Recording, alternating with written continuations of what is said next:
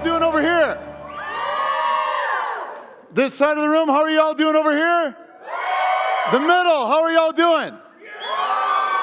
Okay, stay standing for a second here because you're going to be sitting all day. Who realized that? Who's programmed to sit nowadays? Just 4 of you? The rest of you are standing the rest of the day? Good, we'll just stand all day.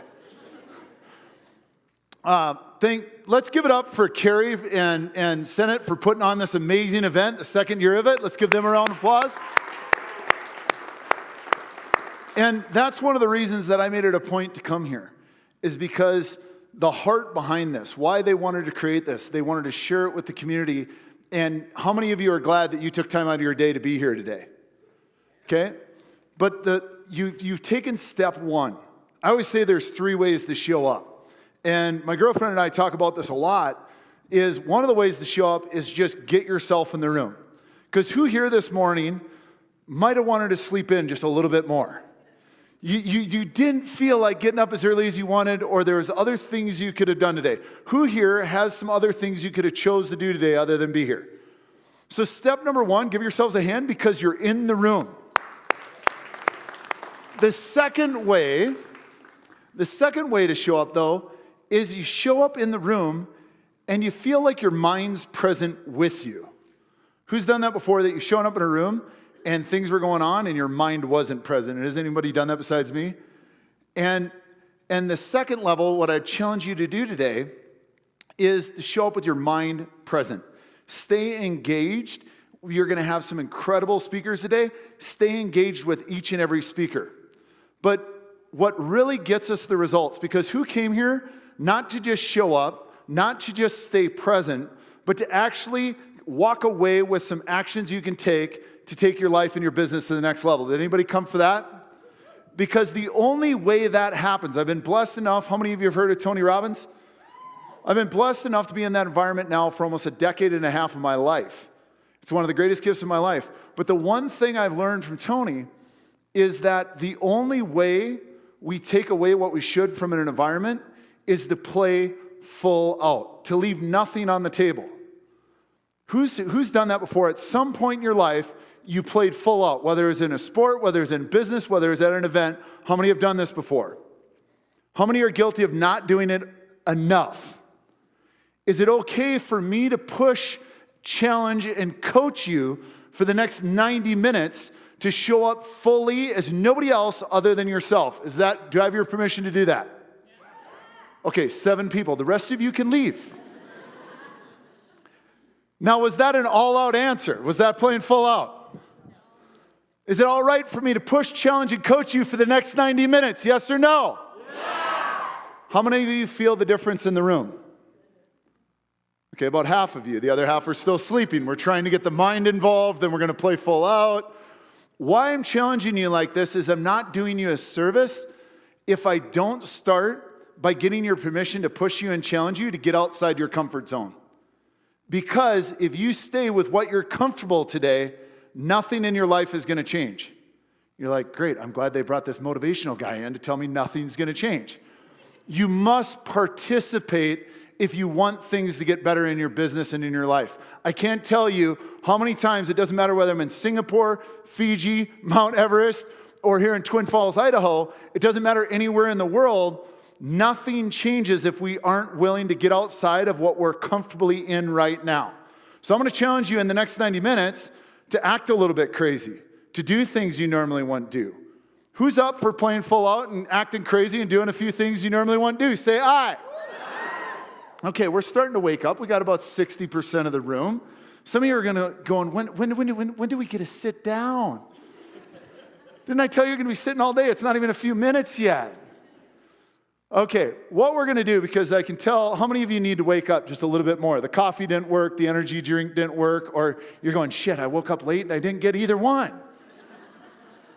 What I want you to do is in a minute, we're going to play some music. I'm sure they got some music in the back, and we're going to crank the music. But before we crank the music, I want you to look at somebody and face somebody you do not know. Turn around in as many degrees as you need to find somebody that you do not know. If you need to slide a little bit, that's fine, that's fine. If you need to move around a little bit, find somebody you don't know. Come on, I didn't say smile and talk to them. Just face them. Eyes up. Shh, shh, shh. Eyes up. Now, here's what we're going to do. Here's what we're going to do. Your job, on the count of 3, we're going to crank the music, and I want you to outdo that person's energy. Okay? And here's the thing. This is not, some of you are looking at me going, okay, this guy's crazy. Maybe I need to go to the bathroom. Maybe it's time to go to Starbucks. Listen up. You agreed to be pushed. You agreed to get a little bit crazy. So what we're going to do is, don't worry, nobody's going to be looking at you other than the person you don't know. Because I know none of you, I know nobody here would get in your head of self-judgment, or as Carrie said, imposter syndrome, and worry about what another individual thinks of you, would you? You wouldn't do that on a daily basis, would you? Worry about what other people think of you? And base your actions on your worry of what others think? So what we're going to do is face each other, and on the count of 3, you're going to outdo their energy. I want to see you reach and jump and scream your lungs out, dance, do whatever it is, make silly faces at them, scream, absolutely use every cell in your body to wake it up. And don't worry, I've tested this. This works whether you're 12, whether you're 5, whether you're 72, this works on all ages. So are you guys ready? Are you ready? Here's the disclaimer. If I feel you didn't give your absolute best, guess what we're going to do again? And if I feel that you didn't do your absolute best that time, guess what we're going to do again? If we have to outdo your partner's energy for 90 minutes, that's what we'll do. Because, here's why, listen up. Here's why. This small thing, if you really understand what we're doing next, and we'll talk about it, will change your life forever. Because be honest now and take your time raising your hand as you hear this question. Who's guilty of at times not fully showing up as yourself? Who's guilty of this? And this exercise is going to allow you to fully show up as yourself, and I'll tell you why in just a minute. So are you guys ready to outdo your partner's energy? Are you ready to outdo your partner's energy? Yes or no? Yes or no? Yes or no? Can we get some music ready on the count of 3? 1, 2, 3, go. Outdo your partner's energy. Come on. Come on. Even more. Come on. Come on, outdo their energy. Come on. Come on. Even more. Everybody hands go up. And they stay there. And they say yeah. And they say there. Cause all I do is win. And if you going in, put your hands in the air. Make them stay there. Swerving in my low. Head on the swivel, no serving me's a no-no. Clean as a whistle as a... If you feel better, say yes. Yes. If you feel amazing, say yes. Yes. If you feel incredible, say yes. Yes. If you want to sit down, say yes. Yes. Why would you want to sit down when you feel so amazing? Was that a trick question? Wow, if you're in sales, just get them to say 3 yeses. They'll say yes to anything. If you're in sales, you know this. What changed? How many of you feel the energy in the room is much better? How many feel everybody's a little bit more excited to be here? Now I'm going to ask one other thing of you while everybody's standing. I'm not going to require it, but I'm going to encourage it. I'm going to encourage everybody to fill all the seats all the way to the front. Get rid of the seats, and here's the thing. Some of you might go, oh, but I'm sitting next to my best friend Betty or my best friend Ed. You're here to meet people, grow, and get uncomfortable. True or false? True or false? And why I'll repeat a question if I don't get an answer is because if I don't engage you, I'm not doing my job. But I encourage everybody, fill in all the seats because here's why. Compressed energy. Compressed energy. Because what you're feeling now, are you higher energy or lower energy than you were before? Higher or lower? More or less? More alive or less alive? So fill in all the seats. If you guys are in the back, don't worry. I'm going to jump down on the floor and pull you up here if I need to. This is not for me. This is for you. Don't worry. It's not like in school where it's like, oh, I'm afraid to sit up front. Everybody will think I'm the teacher's pet. I mean, the only thing you get in the front is possibly a passion shower from me if I get excited. I talk passionately. You might get a little rain. Come on. Fill in every seat. Fill in every seat. It's okay to sit next to somebody you don't know. Because once you sit next to them, you'll know them. There we go. Excellent. I told you to fill in the seats, not sit down, but you can sit down for now. We'll let you do that. Keep coming forward. There's still open seats. You're going, Luke, this is ridiculous. Because here's the thing. Is the greatest restaurant large or small? Why is it small? Intimate and energy. How many of you, when you go to a restaurant, if it's scattered and it doesn't look full, and you're on vacation or you're in a new area, you question if you should go in because nobody's in there? But how many of you are more likely to go to the restaurant that's packed with a line out the door? Who's more apt to do this? See, there's certain things success leaves clues. How many of you feel energetically different than you showed up in a matter of just a few minutes? So that's what I'm going to ask you to do. What we simply did is one of the greatest things I ever learned from Tony Robbins. Two top takeaways. I would write these down. If you don't have notes, write on your hand, your wrist. You can call it a Palm Pilot. Just make sure you write real important stuff because you only got so much room. But it's better to have a short pencil than a dull memory. The key is, what we really changed is what Tony calls the triad. We changed your physiology. How many physically moved your body? How many are guilty of not physically moving your body enough throughout the day? Now, I'm not talking about working out.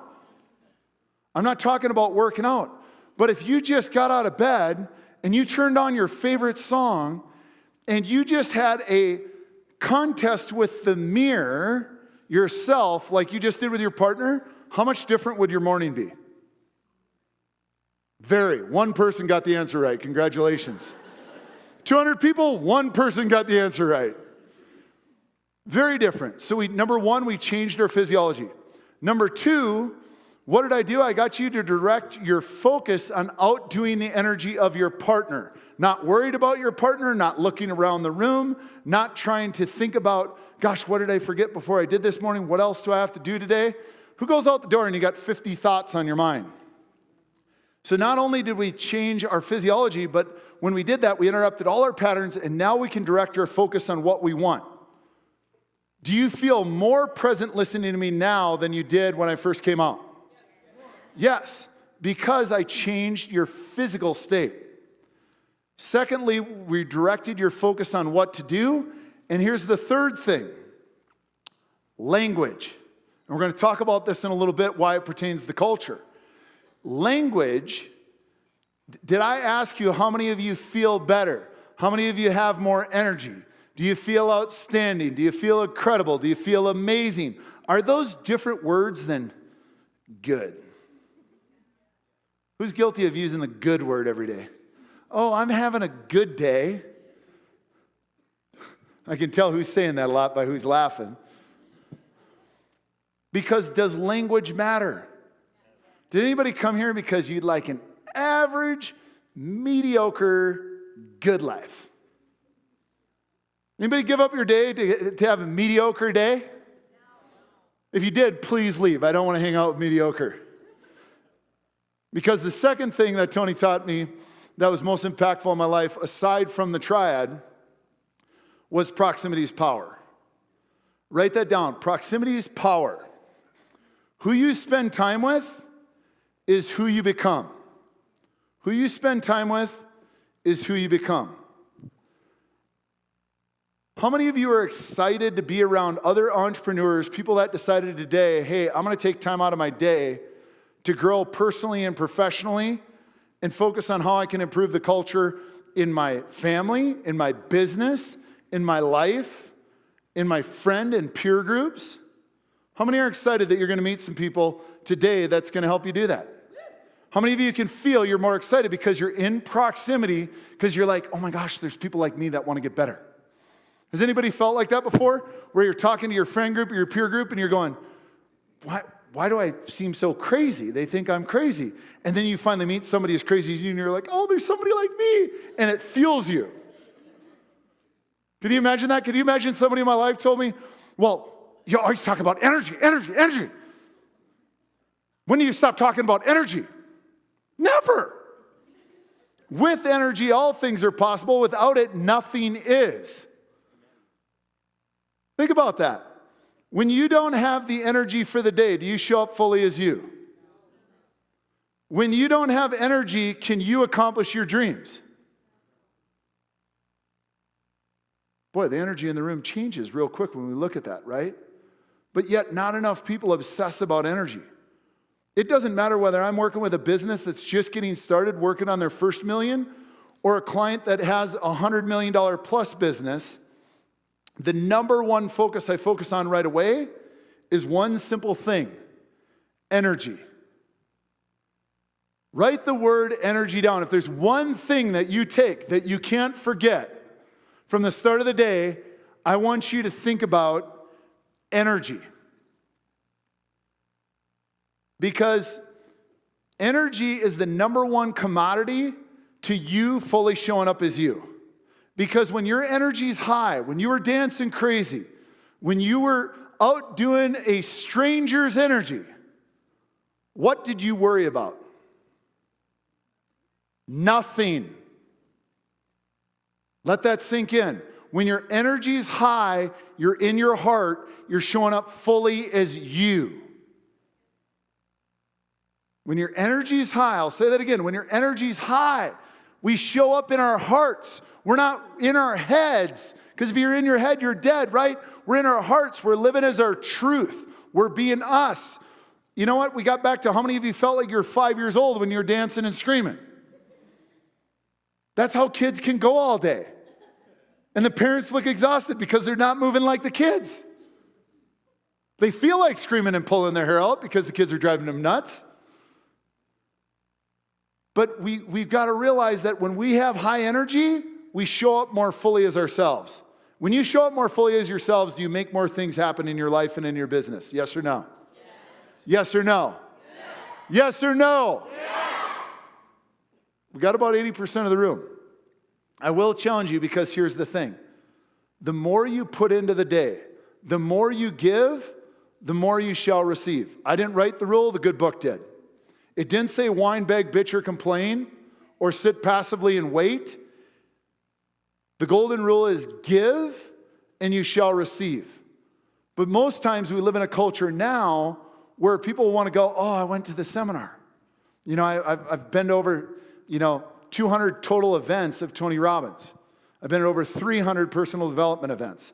I spent over $750,000 on personal development at this point.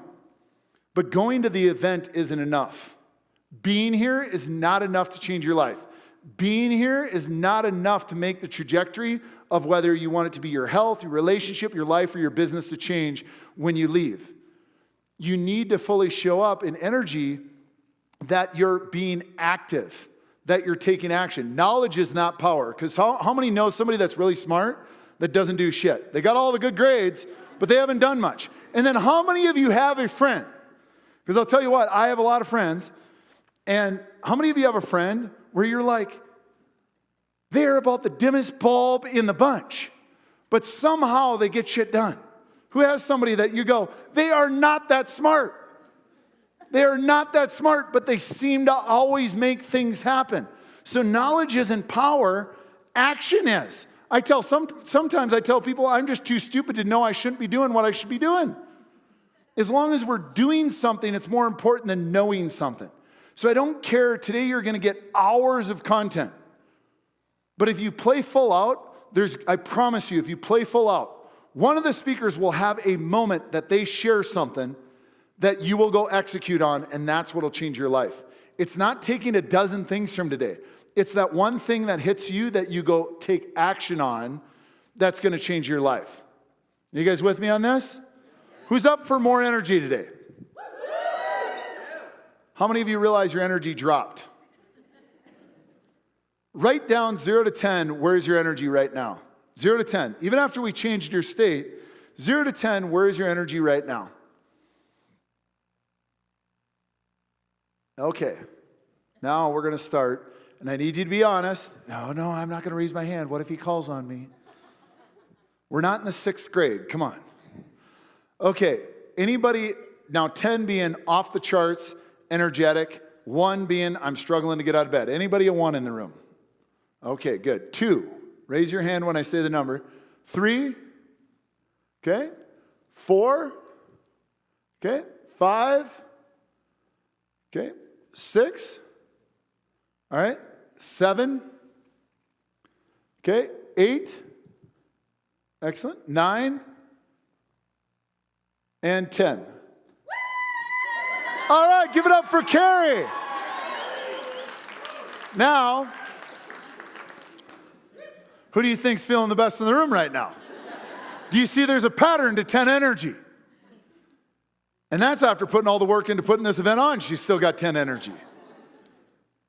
Here's what I want to lay a point to you. How many of you would like to invest money and build a nest egg for yourself long term? How many of you realize inflation's growing faster than most people's investments? How many of you are like, I haven't even started investing yet. Now how am I supposed to start with inflation? We're not going to get into investing today, but what if I told everybody in the room, I have an investment account that's going to pay you 20% daily interest every single day of the year? How many of you would give me your life savings if that was true? Because if you understand the power of compound, 20% per year, you're going to 10x your money within about a decade. But if you did it every day, how many of you realize your money would multiply faster than you could count it or burn it? But let me ask you a question. With everybody raising their hand, even if you were an 8, you're leaving 20% of your greatness and God-given abilities on. You're leaving 20% of your God-given greatness and abilities on the table of life. You're just going, here, there's 20% of me I'm not going to use. That's if you're an 8. How do you expect your family to function, your health to be there, your business to make profit, if you're going, hey, you know what? I'm just going to set 20% of myself on the table of life and just leave it there. If you're a 6, you're going, holy shit, that's 40% interest I'm missing out on. There was a 3 that's open to 70% returns today by the time they leave. How many of you could get excited about getting the compounded interest on what you're born to be? Who could get excited about this today? Is this hitting you? Do you guys feel the energy drop? Like, holy shit, I never thought of it that way. The thing is in today's world, we get in the world of comparison. We get on social media. We worry about what a friend said. We get stuck up in the gossip. Who's done this before? Or you think somebody else, they have something I don't have. Does that make sense? Trust me, if I can be on a stage, anybody can speak, right? I was not voted like, hey, that guy's going to be the guy I'm going to take advice from when I grew up. I was not the straight A student. I figured out how to get through school, but I was not the best student. I would make a terrible employee. But the thing is, I was very blessed and fortunate enough to get around some great leaders, great coaches, great mentors that taught me, Luke, if you just show up fully as you, things are going to happen. Who's felt that? Like you were born for more than you're currently doing. It's not going to happen if you're leaving 10 to 20% or more of yourself on the table of life.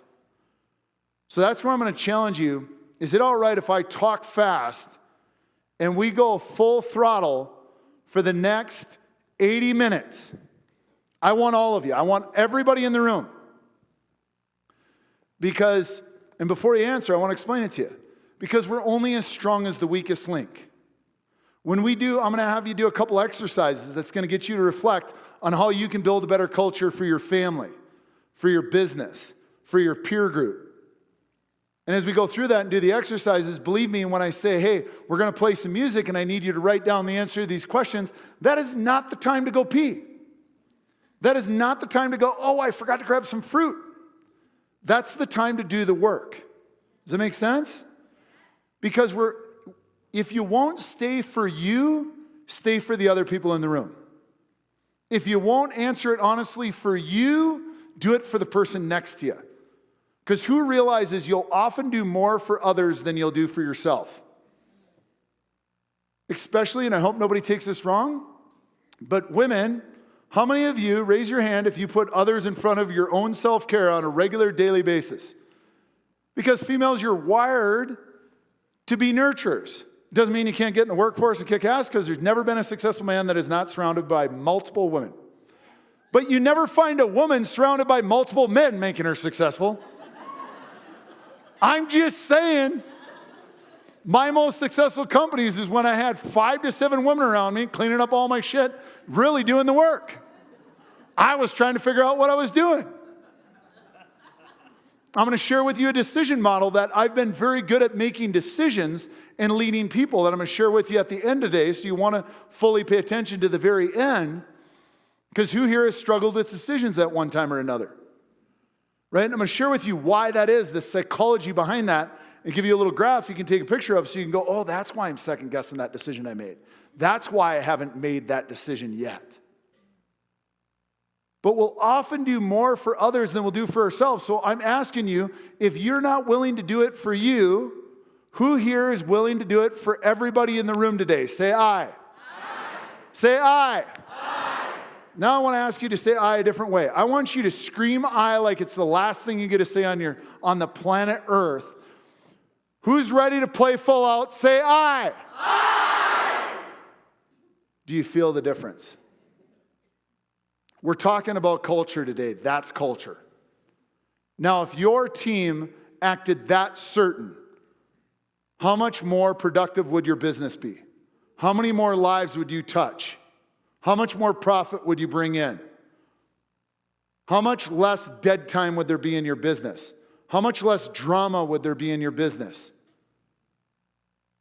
But let's take it away from the business, because it's about having a rhythm, as I'll share with you in just a minute. If your family was that certain on everything they needed to do, how different would your family be? Do you think your kids need certainty in today's world? Do you think your husband, your wife, your best friend, your sister, your mother needs certainty right now in the most uncertain time in U.S. history? Do you think fear is at an all-time high or an all-time low? Depression at an all-time high or an all-time low? Prescription drugs at an all-time high or an all-time low? Unhealth at an all-time high or an all-time low?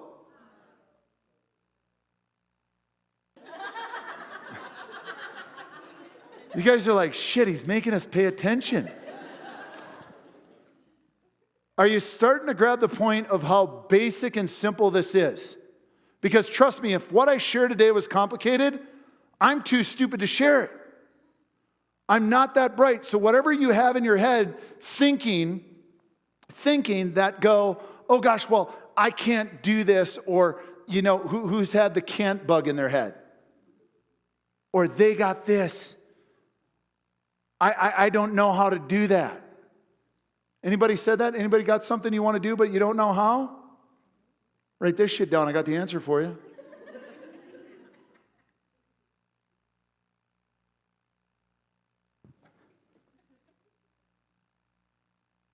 Siri, how to run a business. Look at that.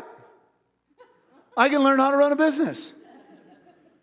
Siri, how to tie shoelaces. This woman's amazing. In today's world, you can't say you don't know how to do something.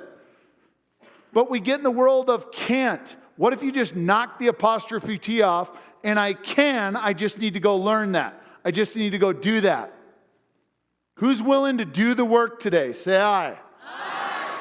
If you're not willing to do the work, just save yourself the day. Leave right now, go to Starbucks, hang out with some mediocre average people and see where life goes. And there's nothing wrong with somebody that wants a mediocre life. Is it okay for somebody to want mediocre? Yeah, but if you're in this room, it probably makes you vomit to think about mediocrity. True or false? Whoops, I kicked something off a stage already. True or false? Who here gets bothered when you think about being average or mediocre? Who here showed up to get better today? Okay, I was looking. Did anybody not raise their hand? Okay, so we're gonna speed up now. Do you guys get it? What do we need? Energy. Okay, go ahead. Stand up.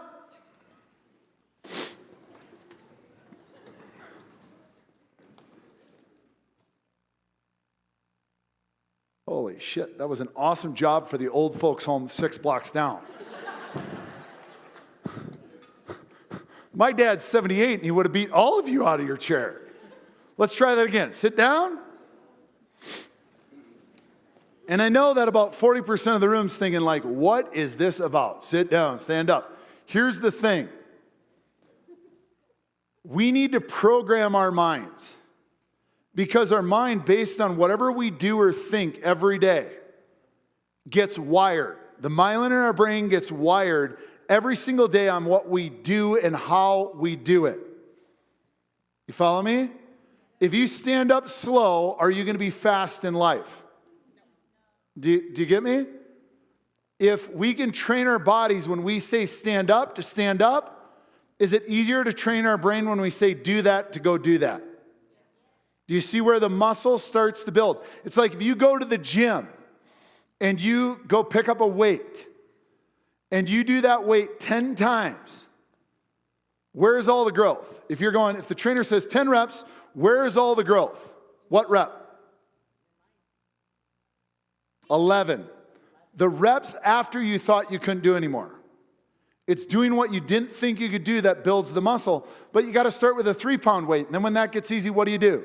You grab a 5-pound weight, and then you grab a 7-pound weight. And the more you do it, the easier it gets. And everything in life is that way. Everybody in this room who realizes that you did not know how to walk when you were born. Anybody watch a newborn learn how to walk? How many times do they fall before they learn how to walk? How many? Give me a number. 1,000.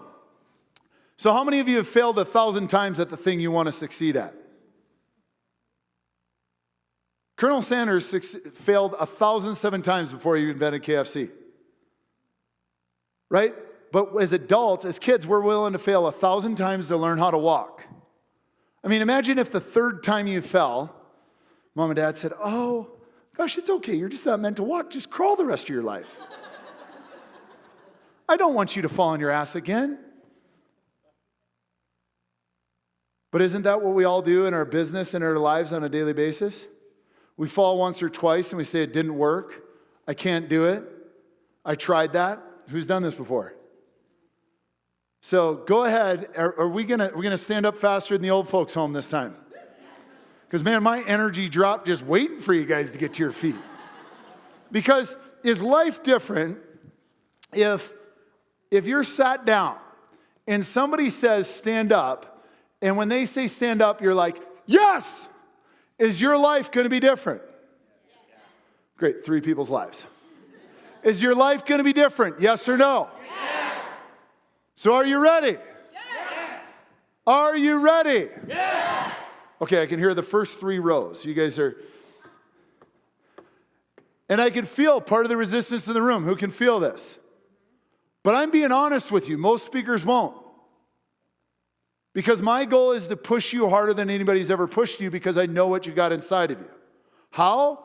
Because I know how all of you made it here today, and the majority of you have 10 to 70% of yourself on the table of life.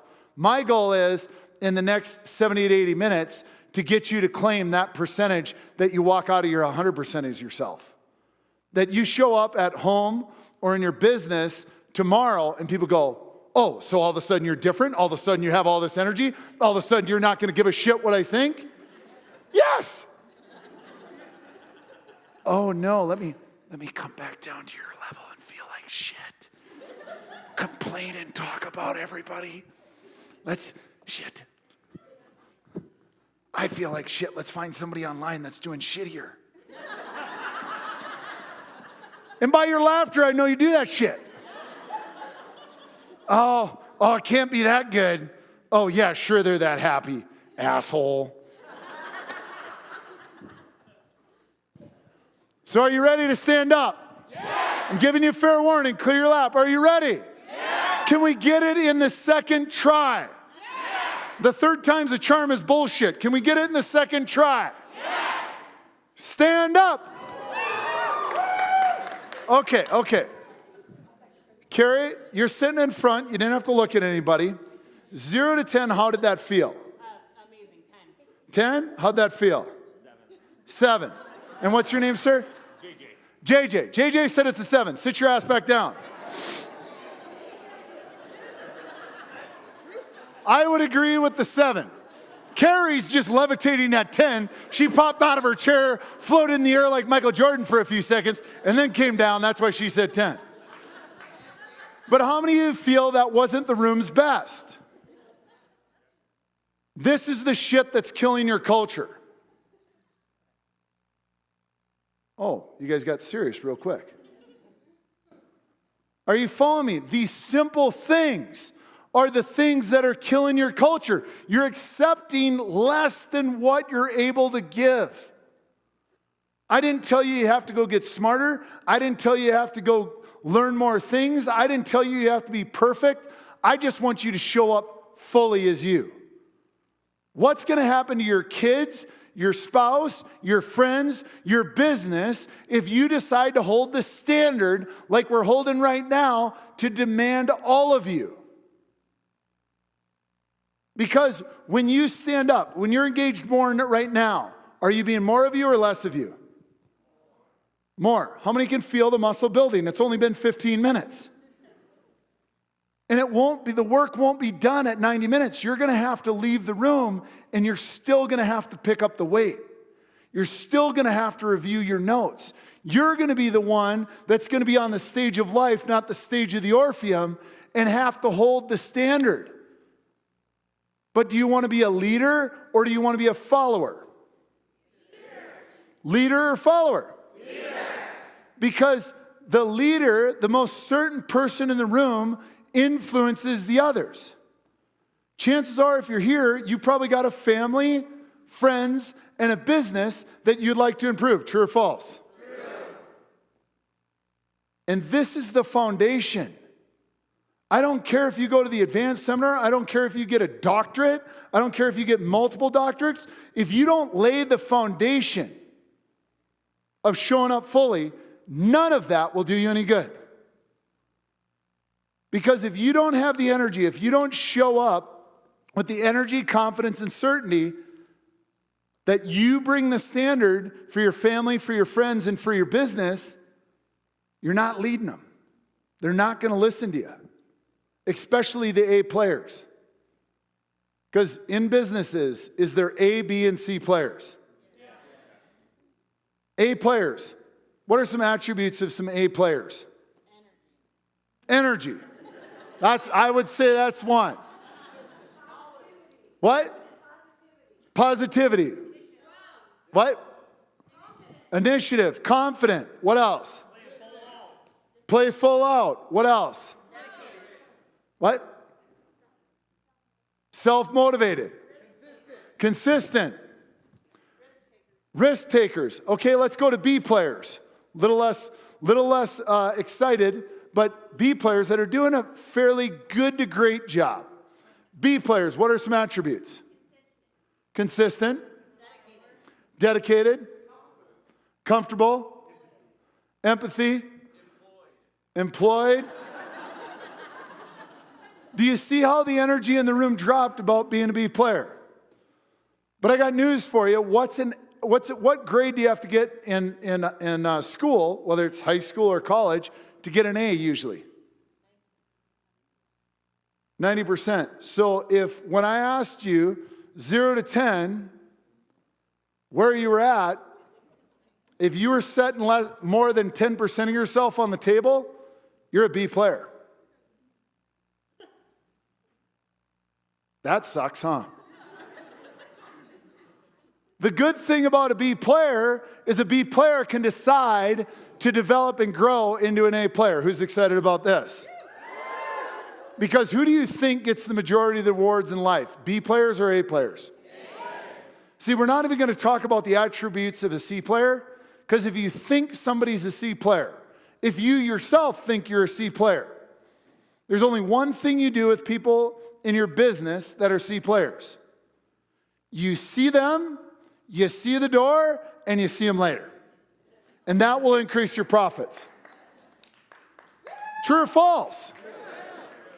The biggest mistake most businesses make, one of the first things I do when I go into a business is let's identify A, B, and C player. What are the attributes you want in your A players, your B players, and what's the C player?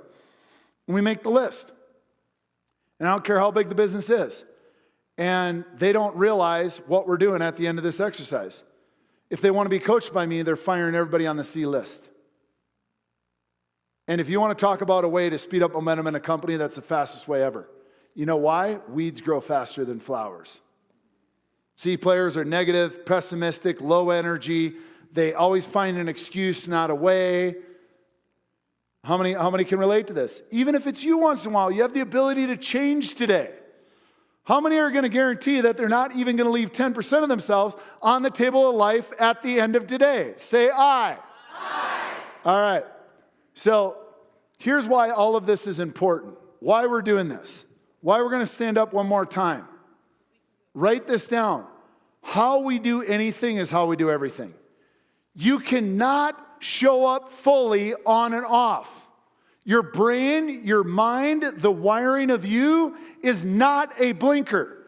And you go, Luke, but you don't, oh God, you don't get it. I went out with a friend last night and I had a couple drinks and I got up and I had a headache. I'm just happy to be here. I think a 6 is great today.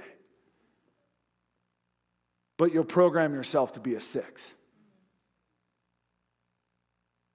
What if I just sat up here and said, oh, here's some strategies we're going to cover today. How y'all doing? It's great to be here in Twin Falls, Idaho.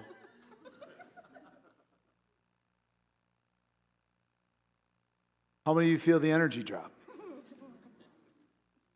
See why sitting down sucks so much? Just roll our shoulders forward a little bit, think a little bit more negative. God, given that 10 energy though, it's a lot of work. The 6 is so much easier. Just set that 40% over there. Are you starting to get the point? How we do anything is how we do everything. I just flew 40 hours from Mount Everest. And my mom's on the phone, leaving me messages like, Lucas, I think you're going to kill yourself. That's crazy. You're going to fly 40 hours. You're going to speak, go to dinner, golf, and then fly back to Mount Everest? Yeah, Mom. That's crazy, Luke. No, that's pretty damn exciting, Mom.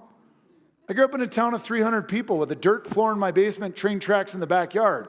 We were rich in love, but we were poor in money. I was lucky that my dad was a hard worker and showed me that if you worked hard and showed up fully, you could create and do more, which he did. Because it isn't about what you have, it's about who you are. Write that down. It's not about what you have. When I'm talking about a business today, it is not about the profits. The only way the profits are sustainable is you show up. It's not about what you have, it's about who you are. It's so mistaken nowadays. People think, oh, they got a car, they're successful. No, I know plenty of people that have Lamborghinis and they're miserable. Right? Money will just magnify who you are. If you're an asshole, you'll be a big asshole. If you're a kind, caring, giving person, you're going to be a bigger, kind, caring, giving person. right? But we have a society that glorifies and thinks that it's what we have. No, it's who you are. To this point, it's been about how are you going to show up and who are you? You don't have to go learn who you are. How many would agree the majority of what you are today, you were when you were 5 years old? Same tendencies, same habits. I'm not that much different than when I was 12. I was in the principal's office more often. But other than that, I'm not that different. Do you guys get that? I want this to sink in. This is my energy after 40 hours of travel, and I slept 90 minutes last night. Because my girlfriend's summiting Everest, and she has a SAT device to message. And she couldn't get her work done because the SAT messages weren't going through to her mother, who's her customer service person in her business. So I had to relay them for her till 4:30 in the morning. Now, I don't tell you that to feel bad for me. I tell you to say you can still show up because I've built the muscle. Does that make sense? I have friends, they fly from California to Florida, and they're like, oh my God, the jet lag, how do you do it? I'm on a 12-hour time difference. I feel amazing. It's a choice. We decide. It's how we frame it to ourselves. I'm going, holy shit. I get to fly on 2 choppers to Kathmandu, catch 3 flights, fly business class, lay down, and I can even shit in the sky on the way back to America. I literally get to fly around the planet, land, speak, do what I love, impact lives, and fly the other half around the planet back to Everest. Do you see when you frame it that way, it gives you energy? Does that make sense? So I really want this to sink in. I'm spending much more time on this than what I thought because overall, your energy needs a little bit of work. Is that fair for me to say? Yes. Because it doesn't matter for us to move on if we don't nail the foundation. So how we do anything is how we what? Everything. How we do anything is how we do what? Everything. Okay, are you ready to stand up with all the energy you have in your body? Are you ready to train every cell to turn on? Yes. So when you stand up, I want you to put your arms out as far as they can, like extend your whole body, because here's the thing. If I tell you to stand up and yell yes, and you go, yes, is that different than standing up and going, yes? Which one's different? So who's ready to fully stand up? And if you bump your neighbor or whatever, give him a black eye, you're not going to knock him out probably. Like, don't worry, we got, 911 in America. We got people to help. So are you guys ready? Yes. Are you ready? Yes. Stand up. Yes. All right, give your buddy next to you high tens. Give everybody high tens. Say, you rock, baby, and so do I. Say, you rock, baby, and so do I. Stay standing, stay standing. Some of you are already programmed to sit. Now, why would we tell somebody, you rock, baby, and so do I? Because we changed our physiology. What do we need to do next? Focus. If we tell somebody they rock and so do I, will you feel like you're rocking? Will it feel like it when you say it the first time? No. You need to say it. It's programming, right? We need to program it over and over. So when I ask you to say something, say it, because even if you don't want to do it, your brain will start getting programmed. So you rock and so do I, because that's the focus, and then that's what? Language. Physiology, focus, language. And that's what helps it stick and manage our energy so we can show up as a 10 more often. We don't need to be perfect. You're going to drop. But how great would it be when you notice you're a 9 or 8 that you change your state, direct your focus, and attach language and meaning to it? You guys with me? How we do anything is how we do what? Everything. All right, excellent. Because now what I'm going to talk about, stay standing, and you'll notice how much more you're listening as you do it. Don't worry, your legs won't buckle and they'll fall out from underneath you. You can handle a few minutes. Hang on to the chair if you need to. But when we talk about culture, one thing, I'm going to share with you the 3 simple things that I do with every business, where in this last year I took a restaurant that for 7 years they were at 2.3 to 2.7 million, In 8 months, a single restaurant went from 2.7 million to 5.6 in 8 months. A road and bridge company that I work with, I've only been coaching the gentleman at that point for 4 months. Now I've been with him 8. Last year, they ended the year at 37 million. We focused on energy, just what I focused on with you to this point, and the rhythm that I'm going to share with you. And in 4 months, he ended last year at 37 million, and in first quarter, he wrote 106 million this year. Okay, so I want to imply to you that as silly as you think what we're working on, it's the things I do, whether it's high-level executive, professional athletes, that make the change greater, where I get paid hundreds of thousands of dollars and the average coach makes $50 an hour. I don't share that with you to impress you, but to impress upon you, this is not complicated. Does that make sense? The reason most coaches don't make the money they deserve is they're trying to follow the knowledge formula instead of coaching the person. Follow me? Yeah. Your business, even if you don't own the business, you work in the business, your team is a shadow of you. You show up, they show up. You don't show up, they don't show up. Who agrees with this? So I really want to impress upon you, as basic as it sounds, as annoying as it may be at 8:30 in the morning, this is the time to play full out. This is the time to build the muscle. And as we look at rhythm, this is a simple exercise I'm going to have you sit down and do quickly. Now, stay standing. When I say, I kind of played with you there a little bit. Should have said, don't sit down. When I say it, when Simon says to sit down. But all this is here is this, you guys have seen many people have different wheels of life, whether it's Bob Green that works with Oprah. I talked to Oprah about hers. Tony has a wheel of life with 7 things. But here's the key that I put in a circle of life that I haven't seen before. In the center is self-care and love. You cannot give what you don't have. And I saw, when I said, how many of you would put others before yourself, how many of you raised your hand?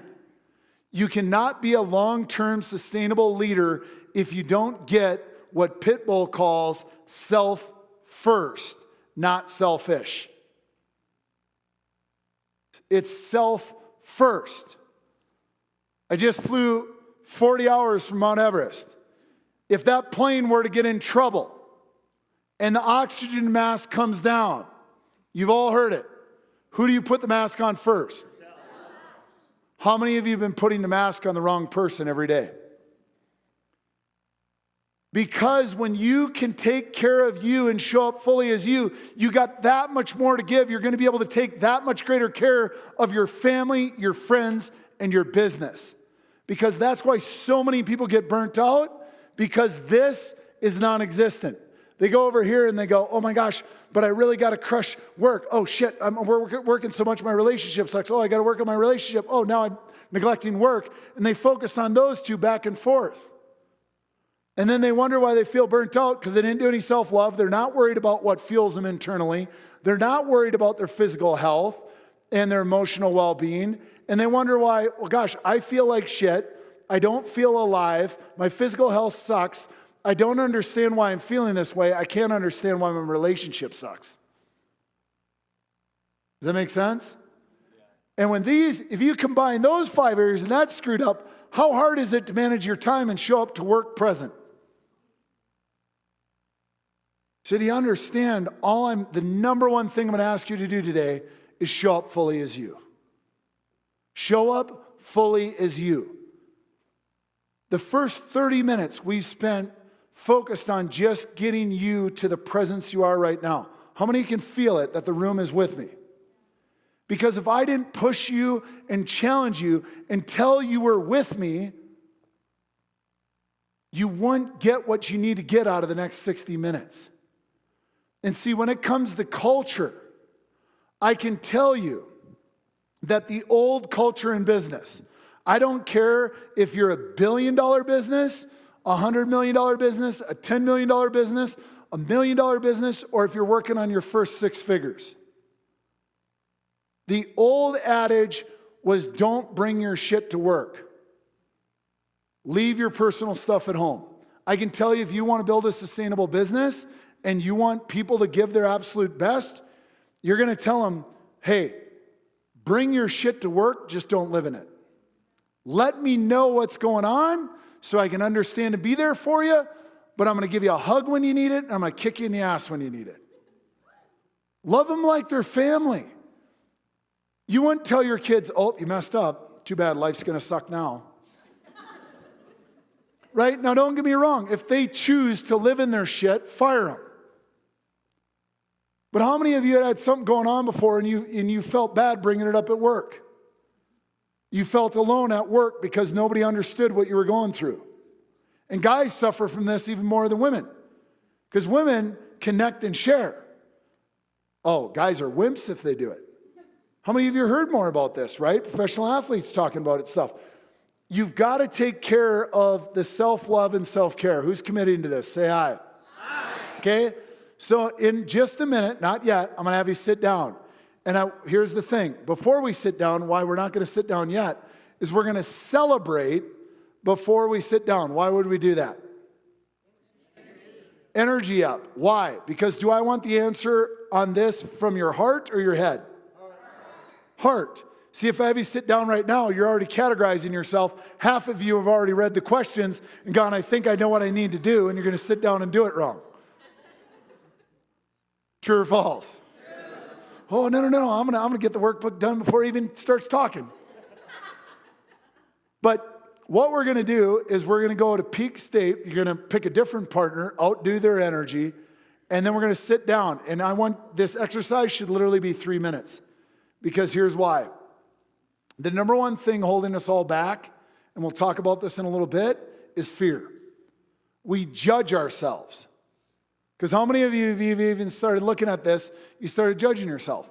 And I can look at somebody's wheel and tell you whether they're hard on themselves, light on themselves, distorted, honest, dishonest, whatever, because generally, are we harder on others or ourselves?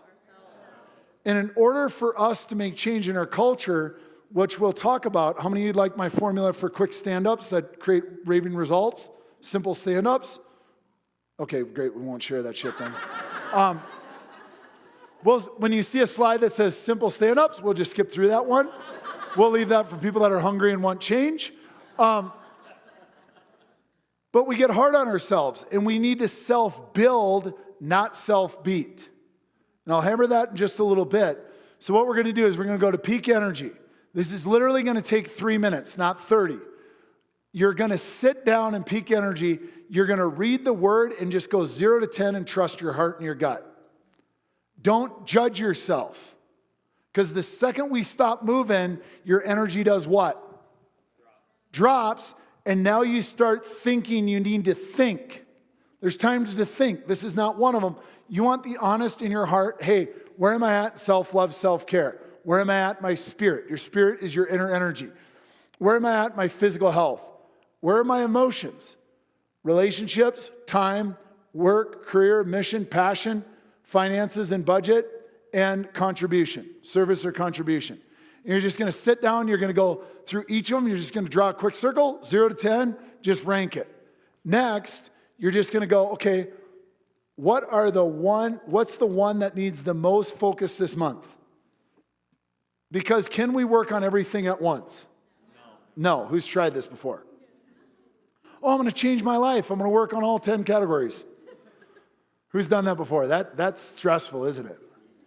So, because here's the thing. If you do this once a month, what I have the people in my mastermind and my one-on-one clients with, they have to fill this out at the beginning of every month with me. Why? One word, progress, but the number one important word of it is clarity. Because my hallucination would be the majority of people in this room, and me at times, think we're somewhere we shouldn't be. Oh, I should have made more money by now. Should have got that promotion by now. Should have started my business by now. Who knows what I'm talking about? You make where you're currently at wrong. And if you make where you're currently at wrong, You're not accurate with where you are and proud of it. And if you don't have clarity of where you are, it's very tough to take the first step in your health, in your business, in your relation, in any area of life. If you're not clear where you're starting from and honest about that, it's very tough to take the first step because you think you shouldn't be there. Does that make sense? Trust me, we're going to talk about vision. Vision is important. Without vision, people perish. But you can have all the goals and dreams in the world, but if you're not clear on where you're taking off from, it's very tough to take the first step. You don't take the first step, there's no progress, and you feel stuck. You're not a tree. You're not stuck. There's just some fear getting in the way. Does that make sense? And that's why it's important, even when you do this at the beginning of every month. This is not complicated. You should be able to do this every month. How many would like the slideshow from the day? I'll get that to Carrie. She'll email that out to you. And you're going to just go, well, gosh, but it's these 3 areas. No, if it was one area that makes the biggest difference, which is it? Does that make sense? And then what is one thing, notice it's one, it's not 12, one thing you could implement right now that would help close the gap in that area. Follow me? We're going to go peak state. You're going to pick a new partner, not the same one. Why? Get more uncomfortable. Worry less about what people think. Meet more people. That's what you're here for. How many heard network equals net worth? Right? Doesn't mean that somebody that's all by themselves can't make a lot of money, but it just makes it tougher. Okay? It's easier to do it with others.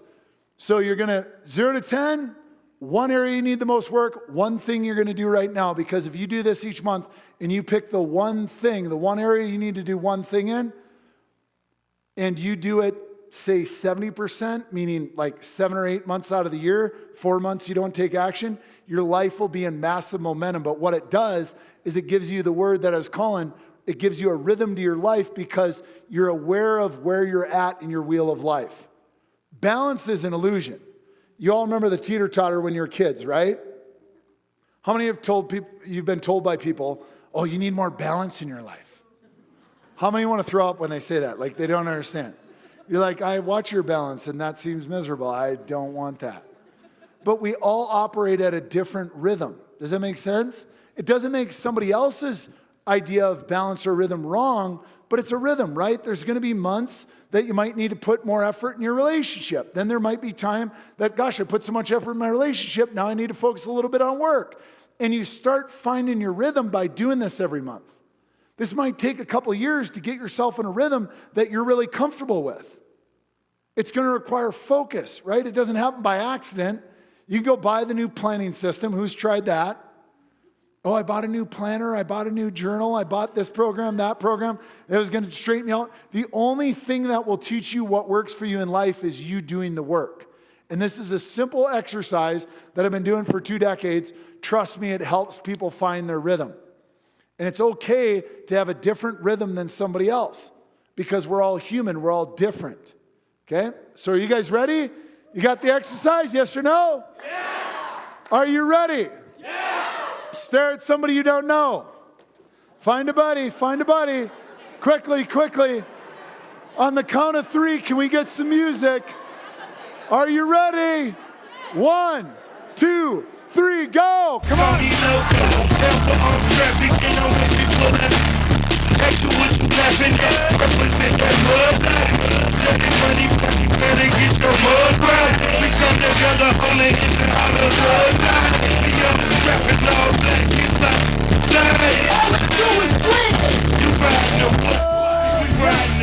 Go ahead, grab a seat or stay standing. Quickly do your circle of life. 3 minutes, 3 minutes.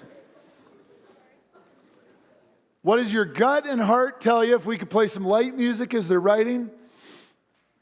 What does your gut and heart tell you? 0 to 10, where are you at in self-love, self-care?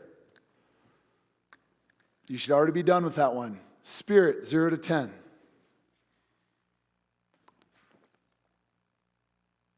Physical health, 0 to 10. So a little writing music while they're writing. Oh, okay. Just turn it on light so they got some energy. Emotional well-being, 0 to 10. Relationships, 0 to 10. This is not the time to think about it. If you're like, holy shit, he's going so fast, you're in your head. Time. How are you doing with your time? Are you respecting your time? 0 to 10. Job, work, career, passion, mission. And yes, it matters what you call it. Finances and budget. Where's your finances and budget? 0 to 10. And service and contribution. Because what you get lasts a while, what you give lasts a lifetime. Now that you got 0 to 10 for every category, what's the one category that hits you that you're like, this is my focus this month? If I did one thing and if I focused on one category that would make the largest difference, which category is it?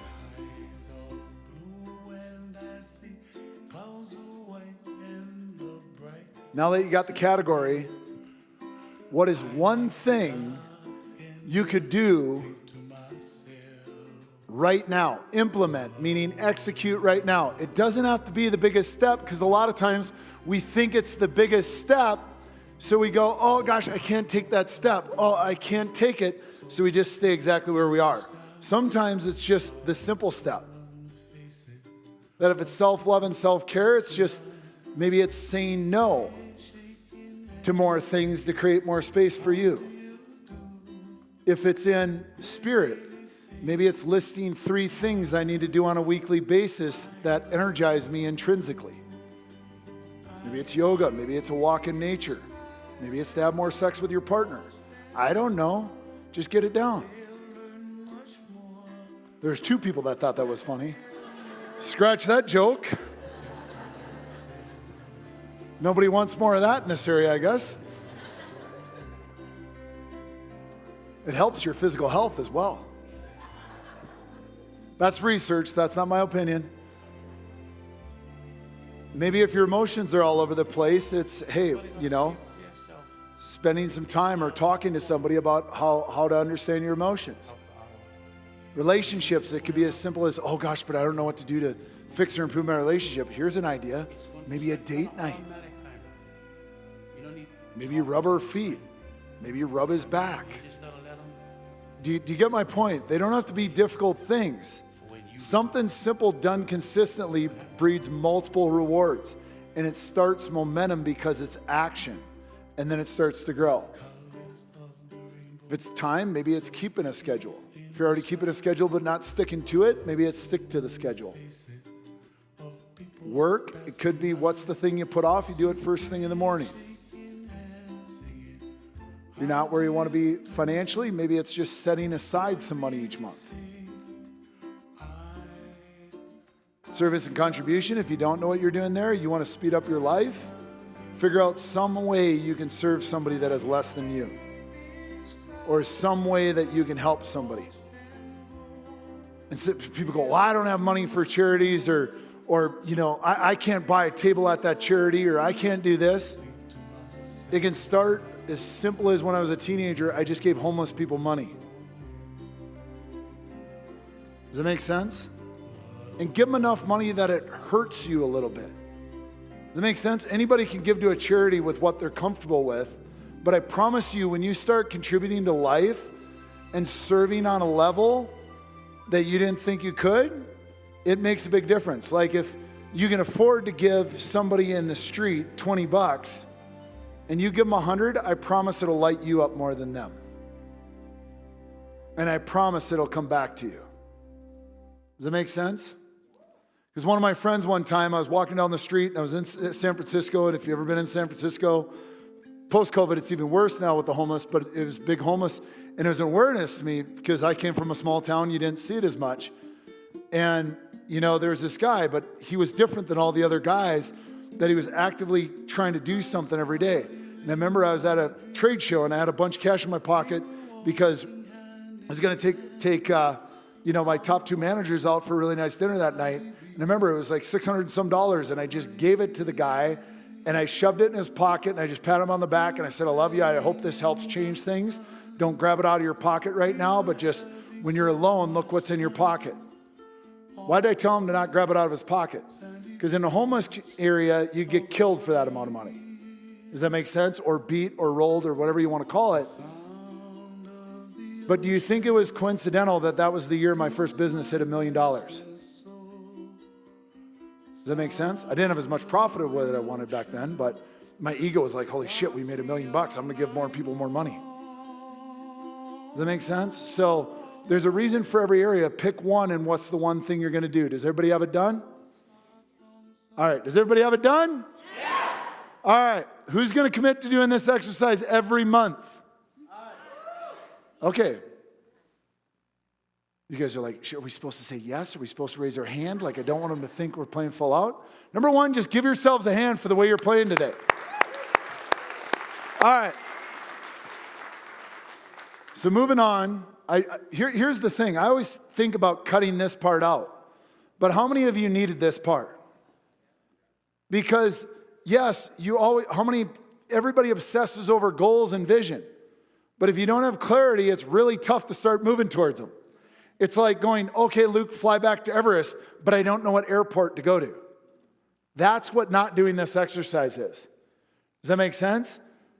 I know I need to go back to Boise to catch my first flight to Seattle, Seattle to Qatar, Qatar to Kathmandu, Kathmandu to Lukla, Lukla to base camp. Right? If I didn't know that clarity, I couldn't get back there. You follow me? But we do that in our lives. That's why this is important. All right. If you want an unfair advantage, anybody want an unfair advantage? Proximity is power. I'm going to cover this real quick. I call it your guidance team. How many have heard of the Tampa Bay Buccaneers? Tom Brady, right? You're like, well, I liked him as a Patriot, right? Well, I moved to Florida, and then he ended up coming down to the Buccaneers. It was like, I always liked Tom Brady, but it was better now that he was in my state. Why did they win the Super Bowl? Was it because Tom Brady's amazing? Tom Brady is pretty amazing, but that isn't why they won the Super Bowl. Why they won the Super Bowl is the organization committed when they took Brady to consistently improve the team to win the Super Bowl. They were willing to make trades. They were willing to trade draft picks. They were willing to do whatever they needed to do to put whoever they needed on the team to win the Super Bowl. How many of you understand this? They made trades right up to the playoffs to get it done. How many of you realize when Tom Brady decided to come back, that is a key reason he decided to come back? How many of you realize they're trying to sign some of the receivers he used to work with? How many just heard Gronk will come back if Edelman comes? Why I share that is not because of football. If we want to win the game of life and the game of business, you need to be constantly drafting and releasing people on your team. And there's 5 categories. I'm going to give them to you. They're not on this page. I'm going to quickly give this to you. I call it the guidance team. I make every client of mine do this, and I analyze it with them every month. Because I tell them they can't win without a winning team around them. Number 1, who's your coach? If you don't have somebody holding you accountable, you're not going to do the shit you really need to do. You need somebody talking to you every 7 to 10 days, going, you said you were going to do this, did you do it? Hey, here's your wheel of life. This is the area that you said you were going to improve. You said you were going to do this one thing. How's that going? Said you were going to do date nights with your spouse, or did you do date night last week? How many realize that if you're human, everybody go like this. If you have a pulse, it means you respond better to accountability.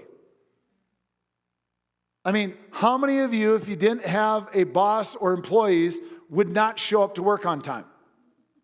How many of you have employees or a boss and you still don't show up to work on time? The majority of people, right? So proximity is power. So your first category is who's going to be your coach. Second one, mentors. People go, well, what's the difference between a mentor and a coach? A mentor is somebody that's been down the road that you're going to, here's the key. People go, well, Luke, how do you get mentored by Tony Robbins and Robert Kiyosaki and all these cool people? Here's the secret. You guys want the secret? Add massive value to them. Find a way to add value for them. The biggest mistake people get when they try to find mentors is they go ask them for something. Research them. Find out what their passions are. Find out what lights them up. Find out what would make their day easier and serve them. Does that make sense? So many people told me when I was volunteering 120 days a year for a decade for Tony Robbins that I was crazy. Because how many of you think somebody's crazy if they gave up a third of their year? My own mother, she was like, Lucas, do you realize what your time is worth? You got your businesses and all this. He's making millions and hundreds of millions of dollars, and you're just working for free? Can you imagine over a decade how many people told me I was crazy? How many of you think that is crazy? Everybody told me I was crazy. But now what do they tell me now that I speak for Tony Robbins and I know him and Sage personally? Oh, you're so lucky. You're so lucky. You gave up over 1,200 days of your life without expecting anything. And here's the thing. It isn't that I speak for Tony, but there's college kids that give up 75% of the year. They pay 60 to 80 grand to do it. They're learning from people that have never done the shit they're trying to teach them to do. Sounds kind of crazy, doesn't it? But it's true. But there is a purpose for college, right? It gives us time to develop and learn and get a broad variety and get drunk and do stupid shit and learn a few things, right? No, there is a reason for college. I don't mean to put down college, but I'm saying, doesn't it seem crazy like this? People will spend $50,000 to $80,000 a year and give up 3/4 of their year, and they don't think it's crazy. But you ask the average college kid to go work for a successful person for free, even one day a week, and they're like, no way, I need to get paid. But I really want them to mentor me. People told me I was crazy. I got a $1 billion education. I got more personal time with Tony Robbins in the last 15 years than anybody on the planet Earth, even the other people that speak for him. Because now that I speak for him, I don't see Tony quite as much. But when I was his personal security, and I wasn't a security guard, they trained me to do that. It was all volunteer. I actually didn't want to do it initially. I said, no, I just want to serve at the events.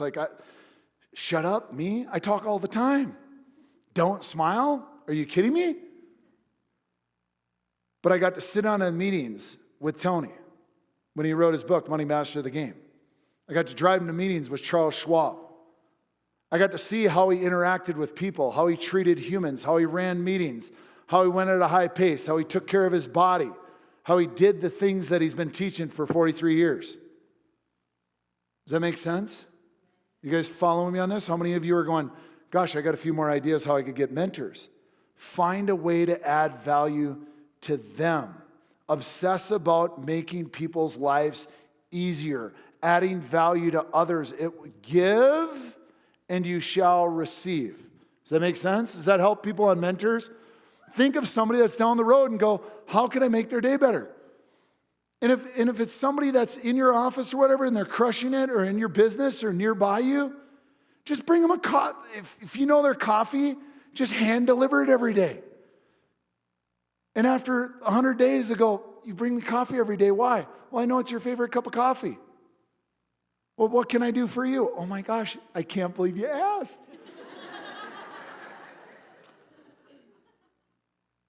Could we maybe have dinner once a month and I just pick your brain? I'll buy. Why? Because Jim Rohn said take a rich man or woman to lunch and buy. Does that make sense? Who needed to hear that? Okay, next category is peers. You're going to spend more time with your peers than your family because you're going to sleep 8 hours a day, and if you think that any job is going to work 8 hours a day, you're delusional. How many realize the average workday now is 10? But if you do it right for 2 to 5 years, you should be able to get down to 6 or 7 hours a day and be productive if you want to, or gain leverage on a business, and you could work even less sometimes when you want to. But your peers, how many of you accept mediocre or shitty energy from your peers? How many of you need to fire some peers? How many of you need to hold some peers accountable? Like, hey, I have to put up with you every day. Your energy sucks. Like, God, I like come in your vicinity of your 6-foot aura, and it like, if I was a flower, I'd be dead. You guys laugh, say that shit. Get it out in the open. Everybody else is thinking it. You all have a peer that walks in the room and the lights turn off. Now, your goal in life is never to be that person. But you all have a peer or a friend that when they walk in the room, the light turns on. True or false? True. Hold your peers accountable or get rid of them. Next, your friends. Love your family. Write this down. Love your family, choose your friends. Love your family, choose your friends. If somebody does not lift you, inspire you, believe in you, and bet on you, show them the door to the exit of your life. Life is too short to hang around people that tell you what you can't do, what you're not capable of, or that do not lift you, inspire you, or make you feel better about yourself. People go, well, Luke, who do you decide to spend time with? Those that make me feel better about myself. Who do you decide to give your time to? People I believe in. Does that make sense? I still remember the conversation I had with Carrie and Senate outside an event in Orlando, and they told me, and she just lit up and told me the event she was doing and what it was about and what she's seen it to be built to, and it was in the second year. And that's why I'm willing to fly from Everest to Twin Falls and back to Everest. Does that make sense? Because of the energy, the meaning, the purpose. I get energized when I talk to Carrie and Senate. Does it make sense? And when you do that, you get more momentum in life. You have more energy in life. Somebody asked my daughter Faith, that's now 18, when she was 13, they said, well, what? It was after I spoke to like 700 people, and they were staying after, and some lady was asking her, like, what does your dad really do with the negative friends in his life? She's like, he doesn't have any. No. What does he do? Like the people that are negative. She's like, he just walks away. And you guys will, if you don't believe me, come up to me today. I'll be here all day long. If you have questions, I'm here to answer at the breaks or tonight at the party.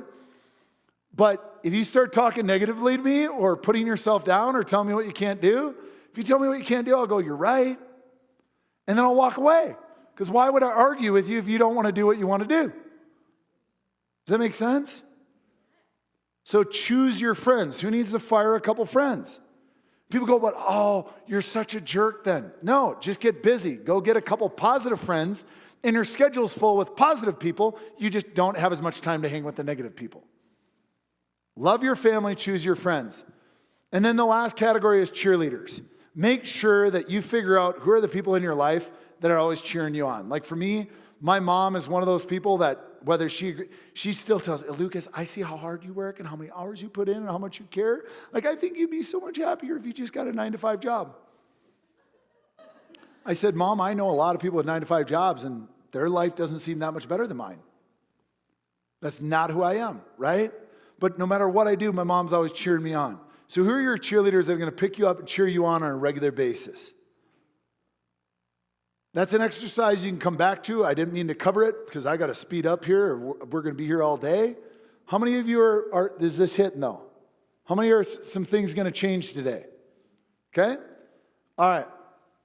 So build your momentum. This is an exercise we're going to skip, but here's why I want to share this. This ties into culture of the meetings I'm going to cover. Even though you guys didn't want to hear it, how many know you need to be coached on how to do a meeting? How many of you raise your hand and make the sound of miserable meetings? Come on, magnify it. Make the sound of miserable meetings. Raise your hand if your work or you run extraordinary meetings on a regular basis. One fucking person has their hand up. Out of 200.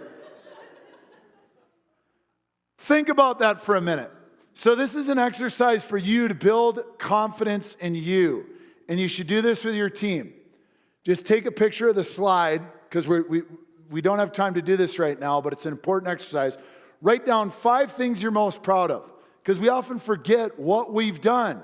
You need to build yourself. Where I talked about building versus beating, what are 5 things you're most proud of? When was a point in your business you had momentum, and what were you doing? Because when your business slows down, you often overthink it. Just go, well, when it was on fire, what did I do? When it was on fire, what was my team doing? And let's just start doing that shit again, right? Write down 3 to 5 things, if done daily, can ensure your success in business. But the key to this whole thing is to start up here, not solving the problem, but building yourself up. Those 5 things don't always have to be about work. It could be that you spent time, meaningful time with your kids. It could be you went with a best friend on a weekend trip. It could be that you served at a charity or the homeless shelter. It could be anything that you're proud of, because it gets your energy, your confidence, your certainty up. Then you go, okay, when my business is in momentum, what was I doing? Okay, I'm still doing good, but when it was on fire and I was excited, what was I doing? If you do what you did in the beginning, there won't be an end. The reason most relationships fall apart is when you start in a relationship, you'll do anything. A year later, you're like, you take out the damn trash. True or false? You want me to get the laundry out of the dryer? What do I look like, a maid? That's a year in. 2 weeks, hey, could you grab my laundry? Yeah, would you like me to fold it, hang it? You want me to put it outside so it smells really good? Same thing in your business. People, it's very easy to get into business. It's hard to stay into business. That's why 90% go out. It's the only thing that the longer you stay in it, the better chance you have of being eliminated. Oh, thanks, Captain Motivation. But that's why we're here. That's why we're focused on this, because if we did what we did in the beginning, we keep that passion, that excitement, that certainty, that energy, we'll keep doing what we need to do to excel when other people falter, because it's exciting your first year or two. But then you've got to figure out how to keep it exciting. And then write down the 3 to 5 things, if done daily, would ensure success in your business. Don't think it's 100 things. If you have anybody on your team that's responsible for more than 3 to 5 things, they're going to feel overwhelmed. The key is to go, what are the 3 to 5 levers that each person in the business is responsible for? I always say 1, 2, 3, many. I got that from Tony. Because if you're responsible for more than 3 things, you're probably starting to get overwhelmed. You should never go more than a handful. How many agree with this? That when you find yourself slowing down, you're getting overwhelmed because you're taking on too many things. You want to break down your business? Figure out what everybody's 3 to 5 key performance indicators are and have them responsible for that. Watch your business grow. That simple thing. Even if you need to add 2 people to your business to get everybody down to 3 to 5, you'll see the momentum pick up because everybody's clear on what they need to do. You guys follow this exercise? Okay? Now, these are the 3 things. I'm going to go back. Are you guys ready for the 3 simple things that are going to change your culture dramatically in 90 days or less? Yes. I don't believe you. This time, let's try it a little bit different, because how many realize after you sit, even when you're trying to stay engaged, your energy's dropping? Okay, are you guys ready to stand up and get it on the first try? Are you guys ready for the 3 simple things that are going to redefine your culture in 90 days or less? Yes or no? Yes. Stand up. Yes. Sit back down. That was a 9. It was a wave. It's not supposed to be a wave. Everybody's supposed to get up at the same time.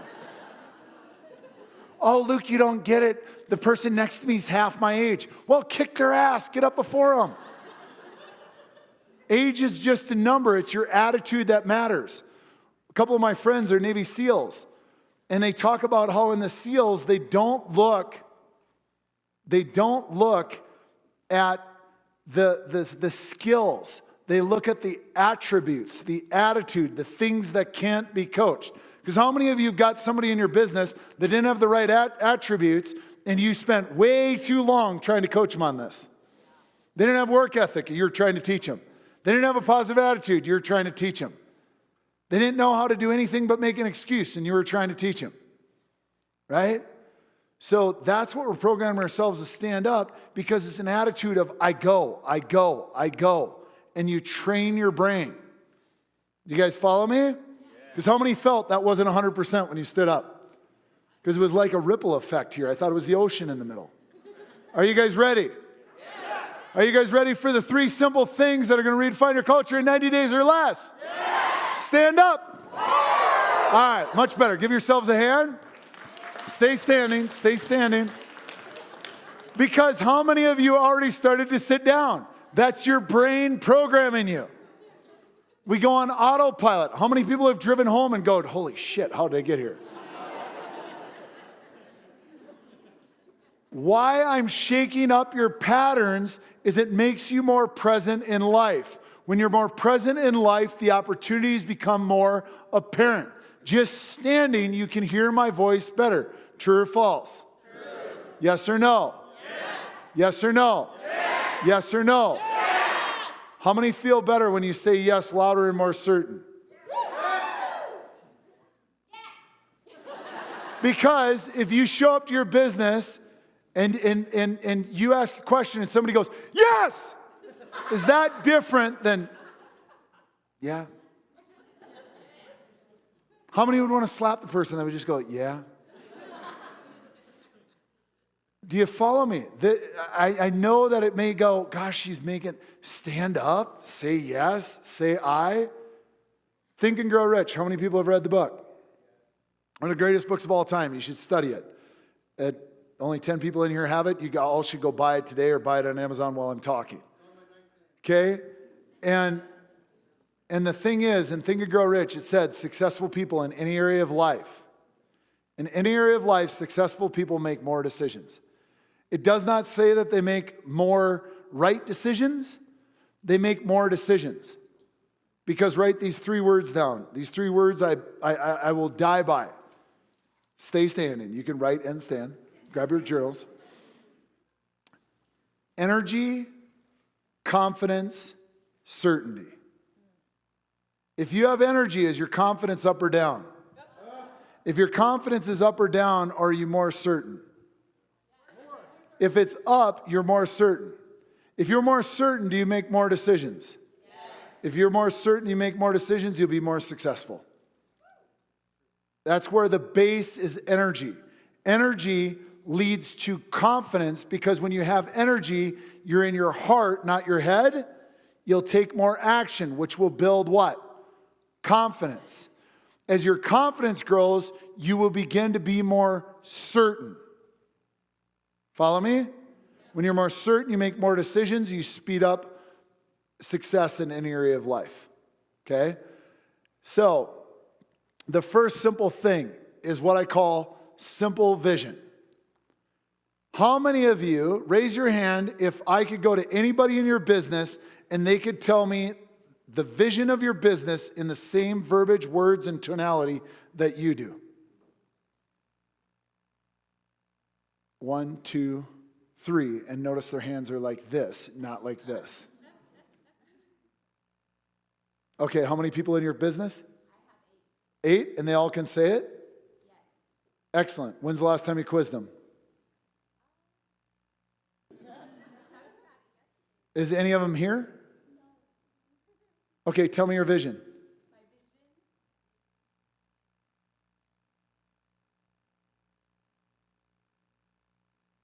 Okay, excellent. Give her a hand. What was your name? Shawnee? Shawnee? Give Shawnee a hand. You raised your hand as well. What's your name? Don Schwartz. How many people in your business? Over 400. Are any of them here? Okay, where is one of them? Where's your team? Raise your hand if you're on his team. Raise your hand if you're on Don's team. Okay. Okay, they're not here. Okay, can you tell us the vision of Don's company?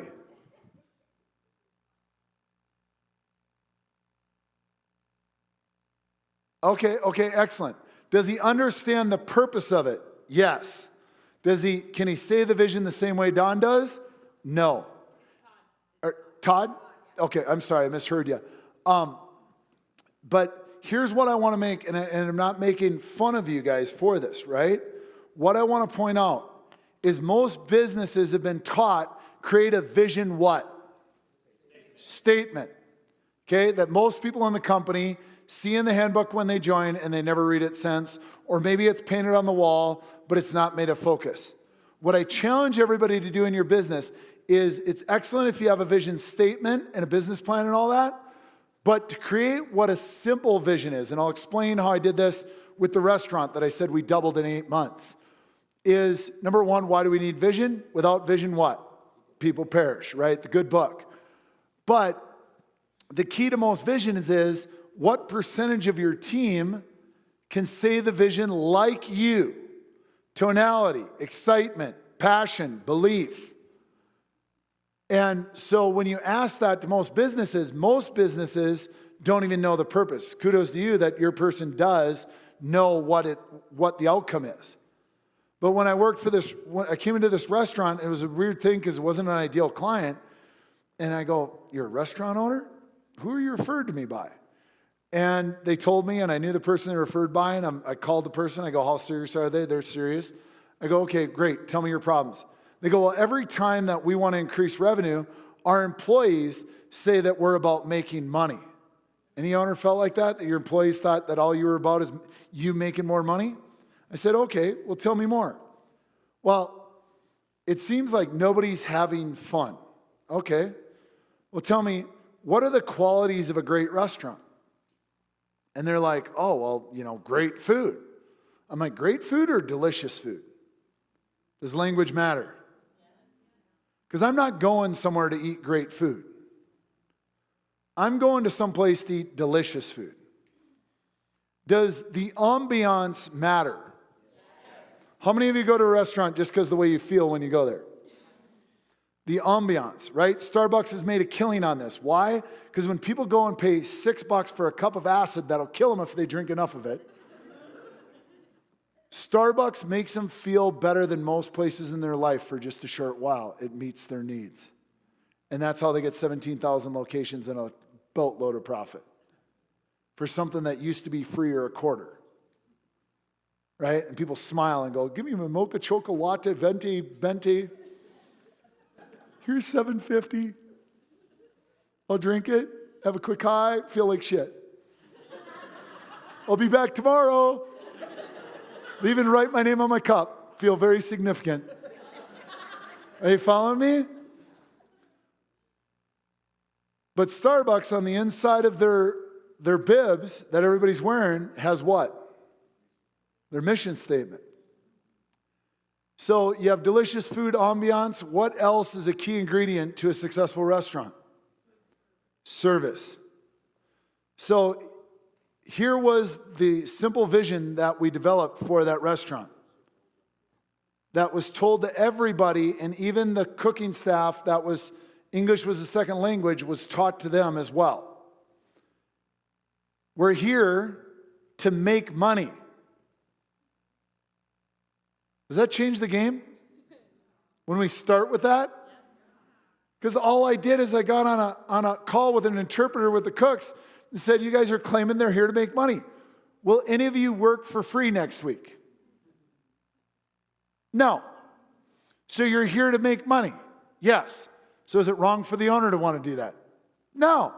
How about we all make more money? Okay. Secondly, we're here to make money and have fun because we're going to spend more time here than most people will with their loved ones. So we want to have fun doing it. And we're going to deliver wow, wow, wow experience. How many of you could remember if I said I'll give you $1,000 to say it after I tell it to you one more time, who believes they could do it? We're here to make money, have fun, and deliver wow, wow, wow experience. What does wow, wow, wow stand for? Service, ambiance, delicious food. If what you're doing or somebody you see what they're doing does not have to do with making more money, having fun, delivering wow, wow, wow, correct them and get them to quit doing it. Could that change the culture of a business? Yes. We did these 3 simple things. This was the first. A restaurant in Oregon on the coast called Clearwater went from 2.6 million or 2.7 million to 5.6 in 8 months. And so far this year, we're up 33% month over month on last year.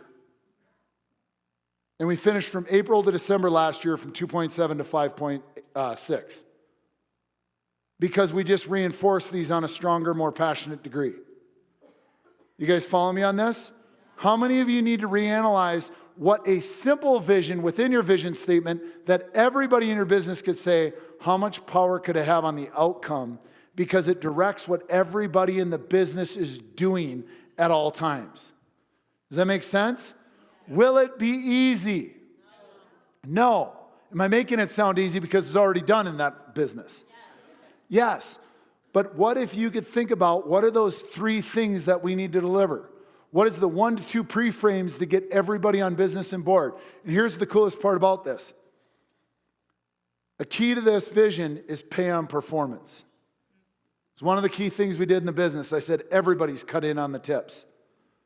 I said, if we raise the average ticket sales and the number of ticket sales, what do people get tipped on? The average ticket. So you want to make 20% more money? Increase your ticket by 20%.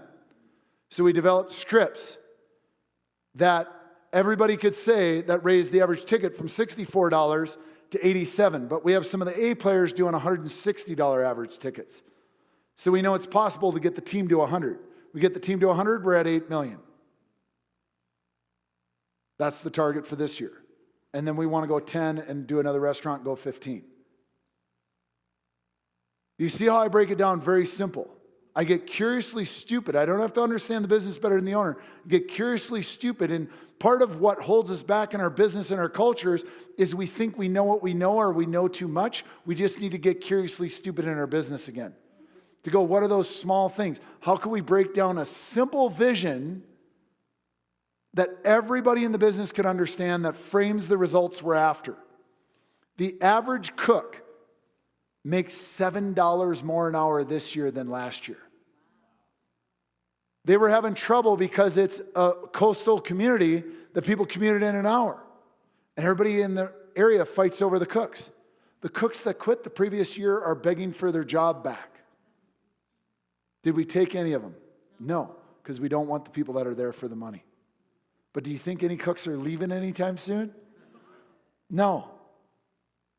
The average server is making 37% more this year than last year during COVID. Do you think the owners made more profit going from 2.7 to 5.6? Yes. And now this year we're focused on controlling expenses and making even more profit. Because who's found when your gross grows fast, you waste a little bit of expenses, right? Because your ego takes over a little bit. You understand what we're talking about? Simple vision? So what I'd love you to do is quickly, while we're here, you want to ask yourself, how could we create a new simple vision that relates? Now here's the thing. Imperfect simple vision is better than perfect. Because will it ever be perfect right away? No, most people don't have a vision statement in their business because they're trying to make it perfect.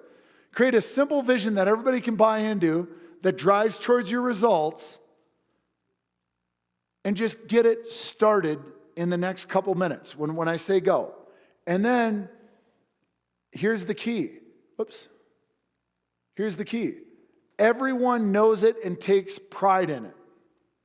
Does that make sense? Because the gentleman back here, even though he didn't know the exact vision, how many of you could feel he was prideful in working for that business? That's a big key, is so everybody knows it and takes pride in it. And this takes focus, but then you call people in a meeting, you go, hey, here's $100 to the person that can stand up and say the vision as well as me. Does that make sense? Who believes they could do this? Who believes for $1,000, I'll give somebody $1,000 if they can recite the simple vision of the restaurant? Anybody?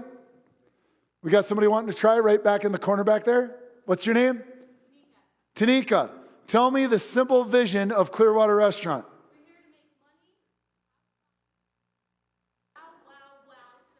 Awesome. Come on up and get $1,000. Give her a hand. Congratulations. She got 1,000 Nepali dollars. Notice I didn't say US dollars. However, excellent job, because 1,000 Nepali dollars divided by 122, I think it's $8. But now you got to get enough money to go to Starbucks and realize what they're doing right. If they accept Nepali dollars. But they're doing it so right that there was still Starbucks in Nepal. What if you were doing your business so right it would work everywhere in the world? So who's ready to take just 3 minutes and get down some ideas about a simple vision? Because if you start the exercise, it'll be easier to come back to. How many think this could really make a difference in your culture? Yes. Whether you want to stand or sit down, we'll play some quick music. Just 3 minutes. Get some ideas down about what the simple vision could do, that you could hold a meeting and go, hey, what ideas do you have as a team that we could create a simple vision that everybody's on board with and believes in? Are we good with 10 minutes? 5? Okay, we'll speed up. Sorry, I just looked at the clock and I'm like, wow, I'm a little bit over.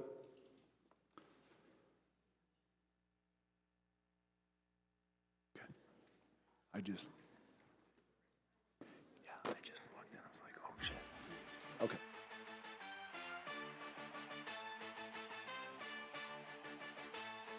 Very quickly, because I'm over time. But is this helping? Good, one person. That was the goal. If I could just change one life, it was worth flying here.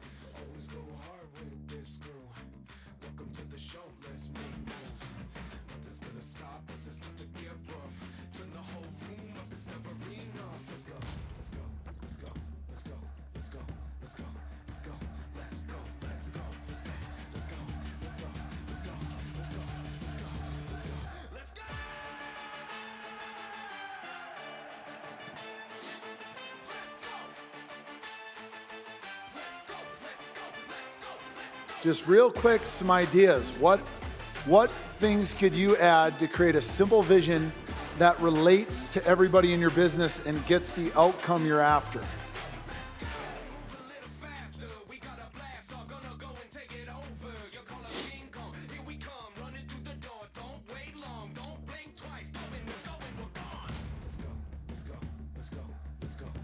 And it can have metaphors, right? Like wow, wow, wow. Realize we didn't say service ambiance and delicious food, but that's easy to remember by wow, wow, wow. Right? It's kind of fun to say. Make money, have fun, and deliver wow, wow, wow.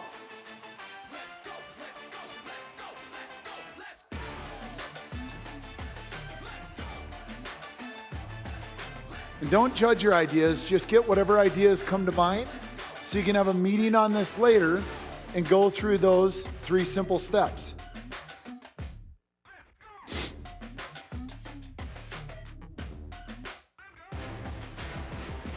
One more minute.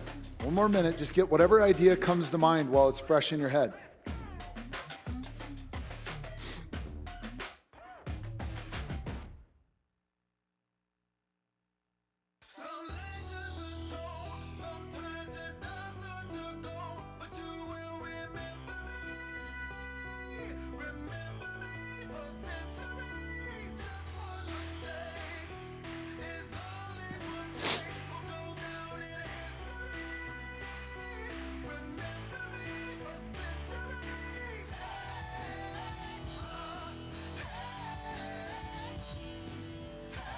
If you're having trouble with ideas, steal some from your partner. Maybe they're thinking of something good.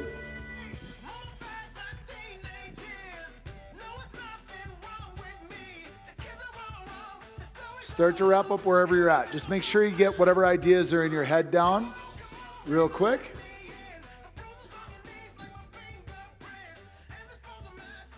And you can go ahead and sit down if you want. So the first one was simple vision. The second one, we've already talked about a little bit with changing state, is the language. What is the language of your culture? And here's the key. I don't have it up there because I wanted to make sense to say language of your culture. But what is the language of your culture?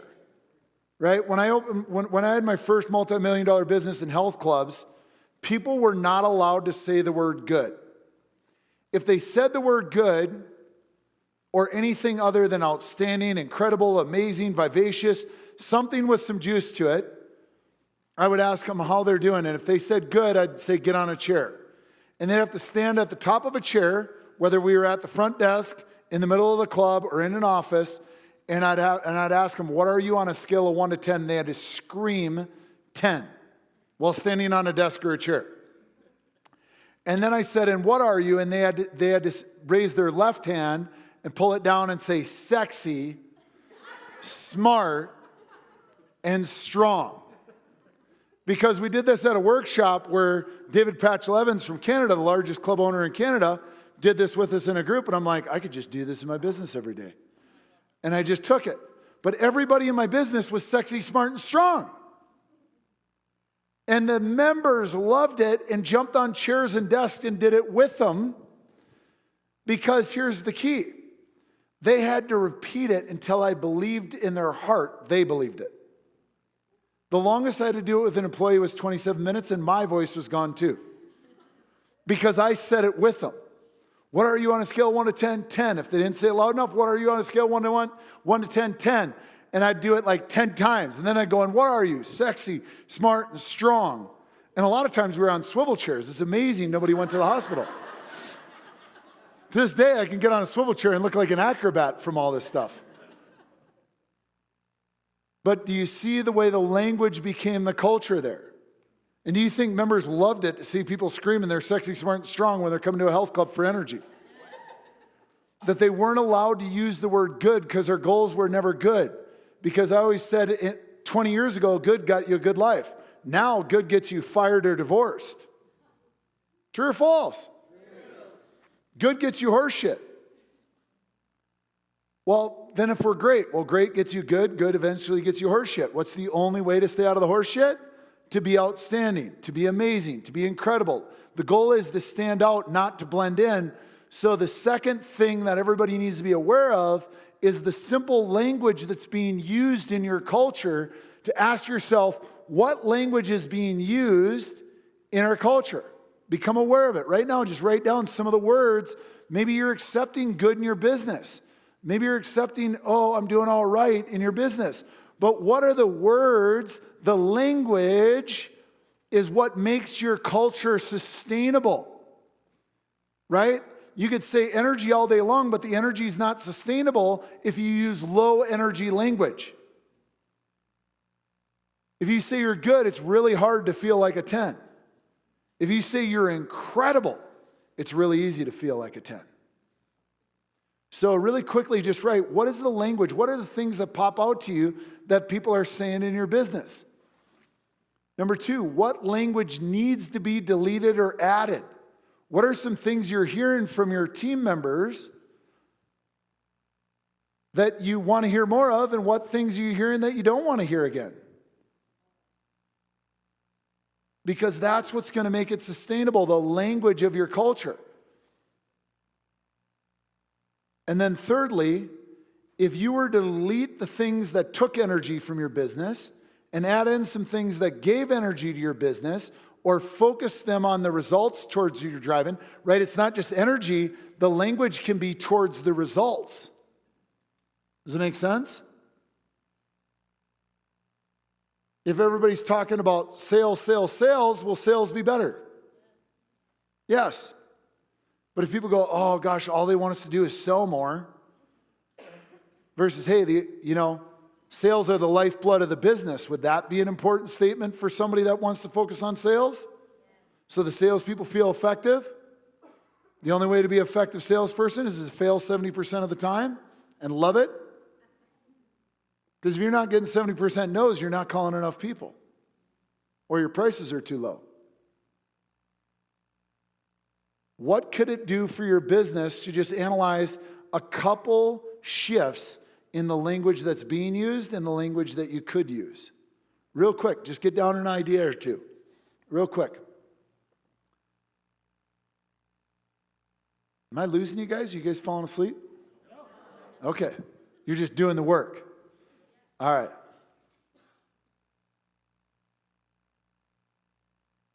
Real quick, I just want you guys to get these exercises down. Because we spent more time in the beginning, and here's what I want to share with all of you. You know, I looked and I go, holy shit, how did I get so far behind on time? But we spent more time in the beginning because you didn't come with me as quick as I thought with energy. And it's going to be the same when you go back to your business or your family, that it may not happen as quick, but what you can't do is jump to these steps without laying the foundation. Are you guys following me? At the beginning, how many understand the muscle you need to build? So that you don't leave a percentage of you on the table of life. Because then everybody in your business will leave a higher percentage on the table. And that means you're going to leave a lot of profits, energy, and fun on the table. Okay? Take a picture of this if you need to go back through this, because this is important. I'm telling you, a couple shift in words can make a massive difference in your culture. Last thing, simple stand-ups. Take a picture of this slide, because almost everybody in this room admitted you suck at meetings.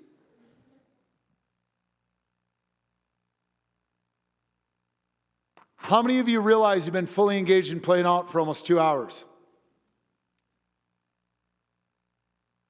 How many of you realize that? Give yourselves a hand. Awesome job. That's a long time without a break. But why is it? Because we're managing what? Energy. Energy, focus, and what? Language. So what are they doing great? I don't care if you want to reprimand them. The reason most people don't take feedback or coaching is you only talk to them when they did something what? Bad. So if every time you meet with a person per week, I call them a stand-up, because stay standing. Go read the book 1 Minute Manager. What are they doing great? I call it 5 to 1. Always start with what are they doing great? Find 5 things they're doing great. If you can't find 5 simple things, like, hey, you're always smiling, could be one. If you can't find 5, fire them. If you can't find 5 simple things you can appreciate about somebody, they shouldn't be in your business. But if you start every week telling everybody what they did great, 5 things, do you think they'll have more energy, confidence, certainty?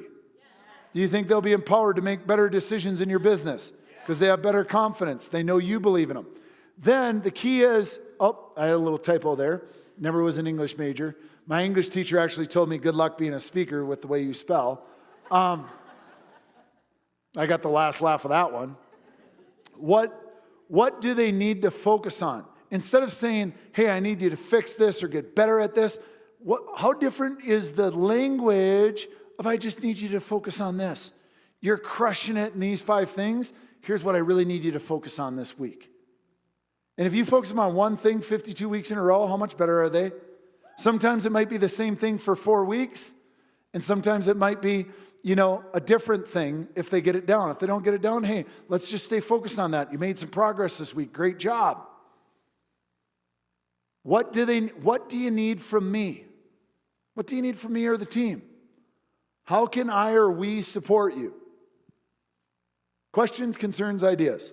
How many agree that would be a quicker 5-minute meeting than anything you are doing currently? Because you're building energy, confidence, certainty, which is going to empower people to make decisions instead of bitching about they're not making the decision. You guys follow me? Does this hit home? Take a picture of this. Are those 3 simple things? How many of you believe you could change your culture with those 3 simple things?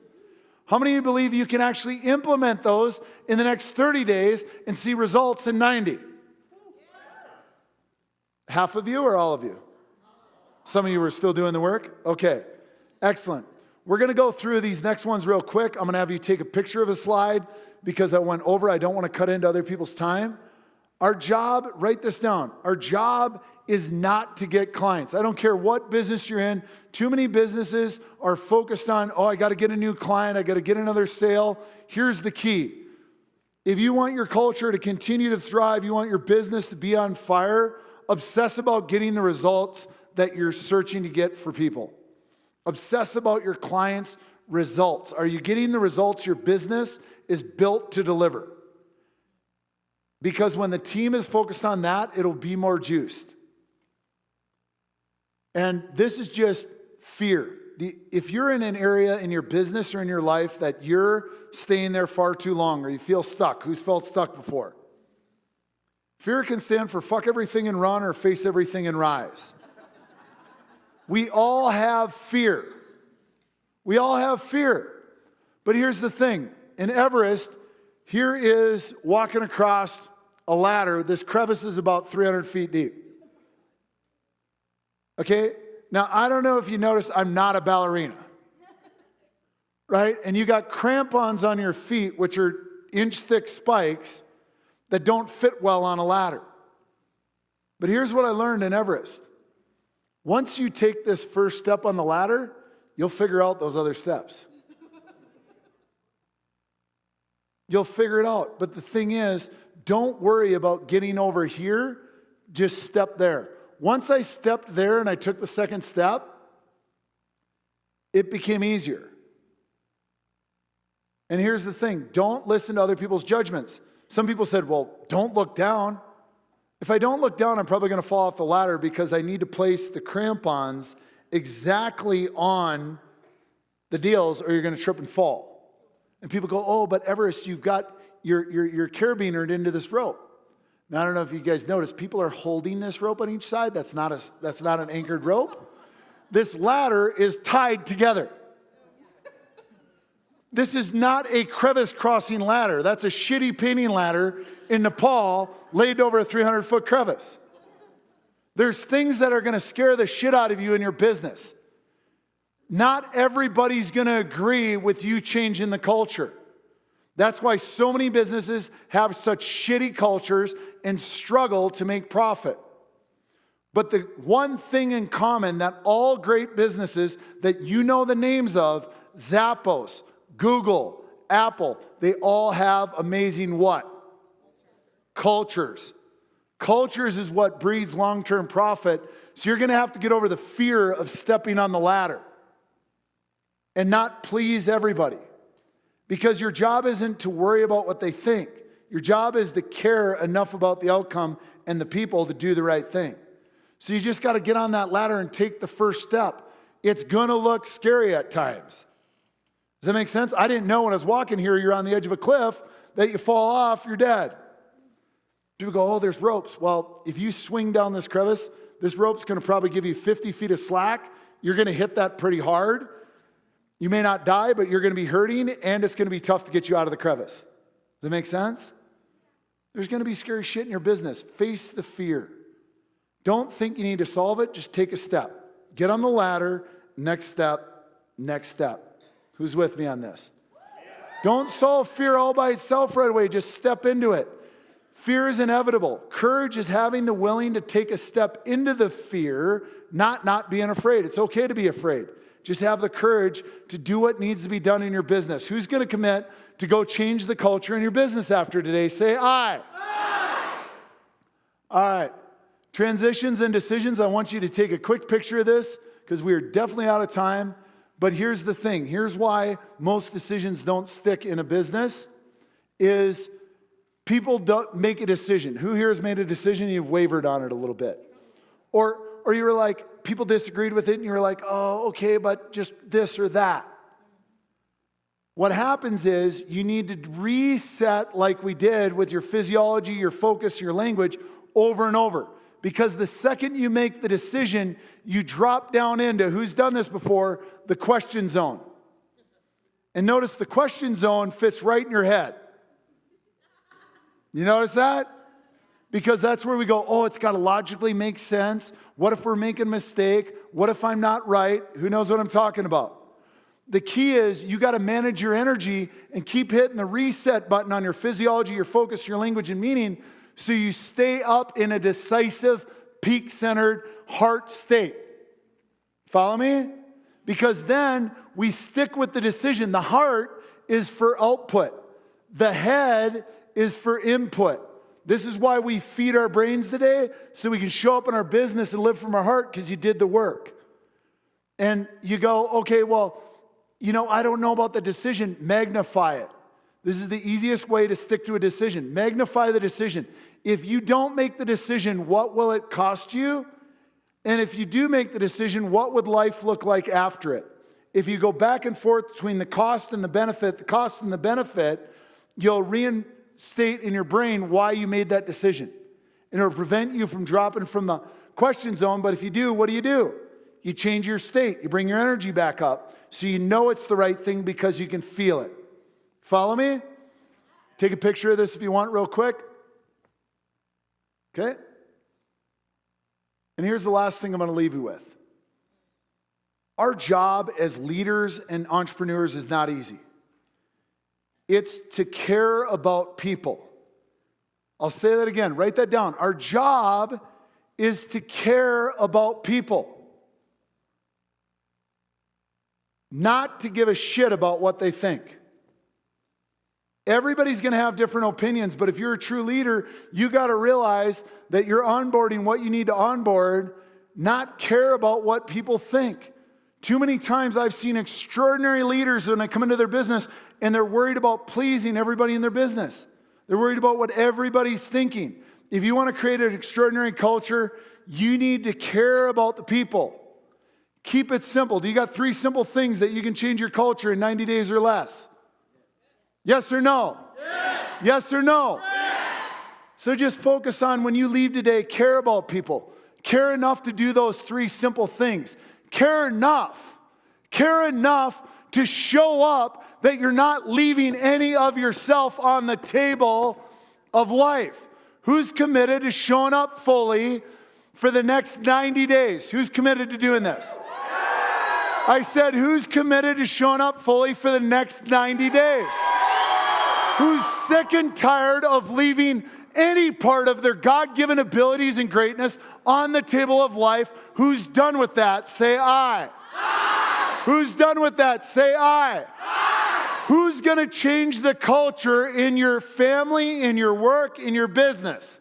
Aye. Who? Aye. Who? Aye. So on the count of 3, what I want you to do is not only jump up and stand up. On the count of 3, I want you to jump up. I want you to jump up like you've never jumped up before and outdo the energy of everybody around you. And as you're doing that, think about what you're going to change in your culture. What would it do for your family, your business, if you decided you're done with the bullshit of leaving any part of you on the table of life and you just decide to show up fully as you and do 3 simple things to shift your business trajectory in the next 90 days? Are you ready? Yes. 1, 2, 3, go! Come on! Outdo their energy! Come on! Come on!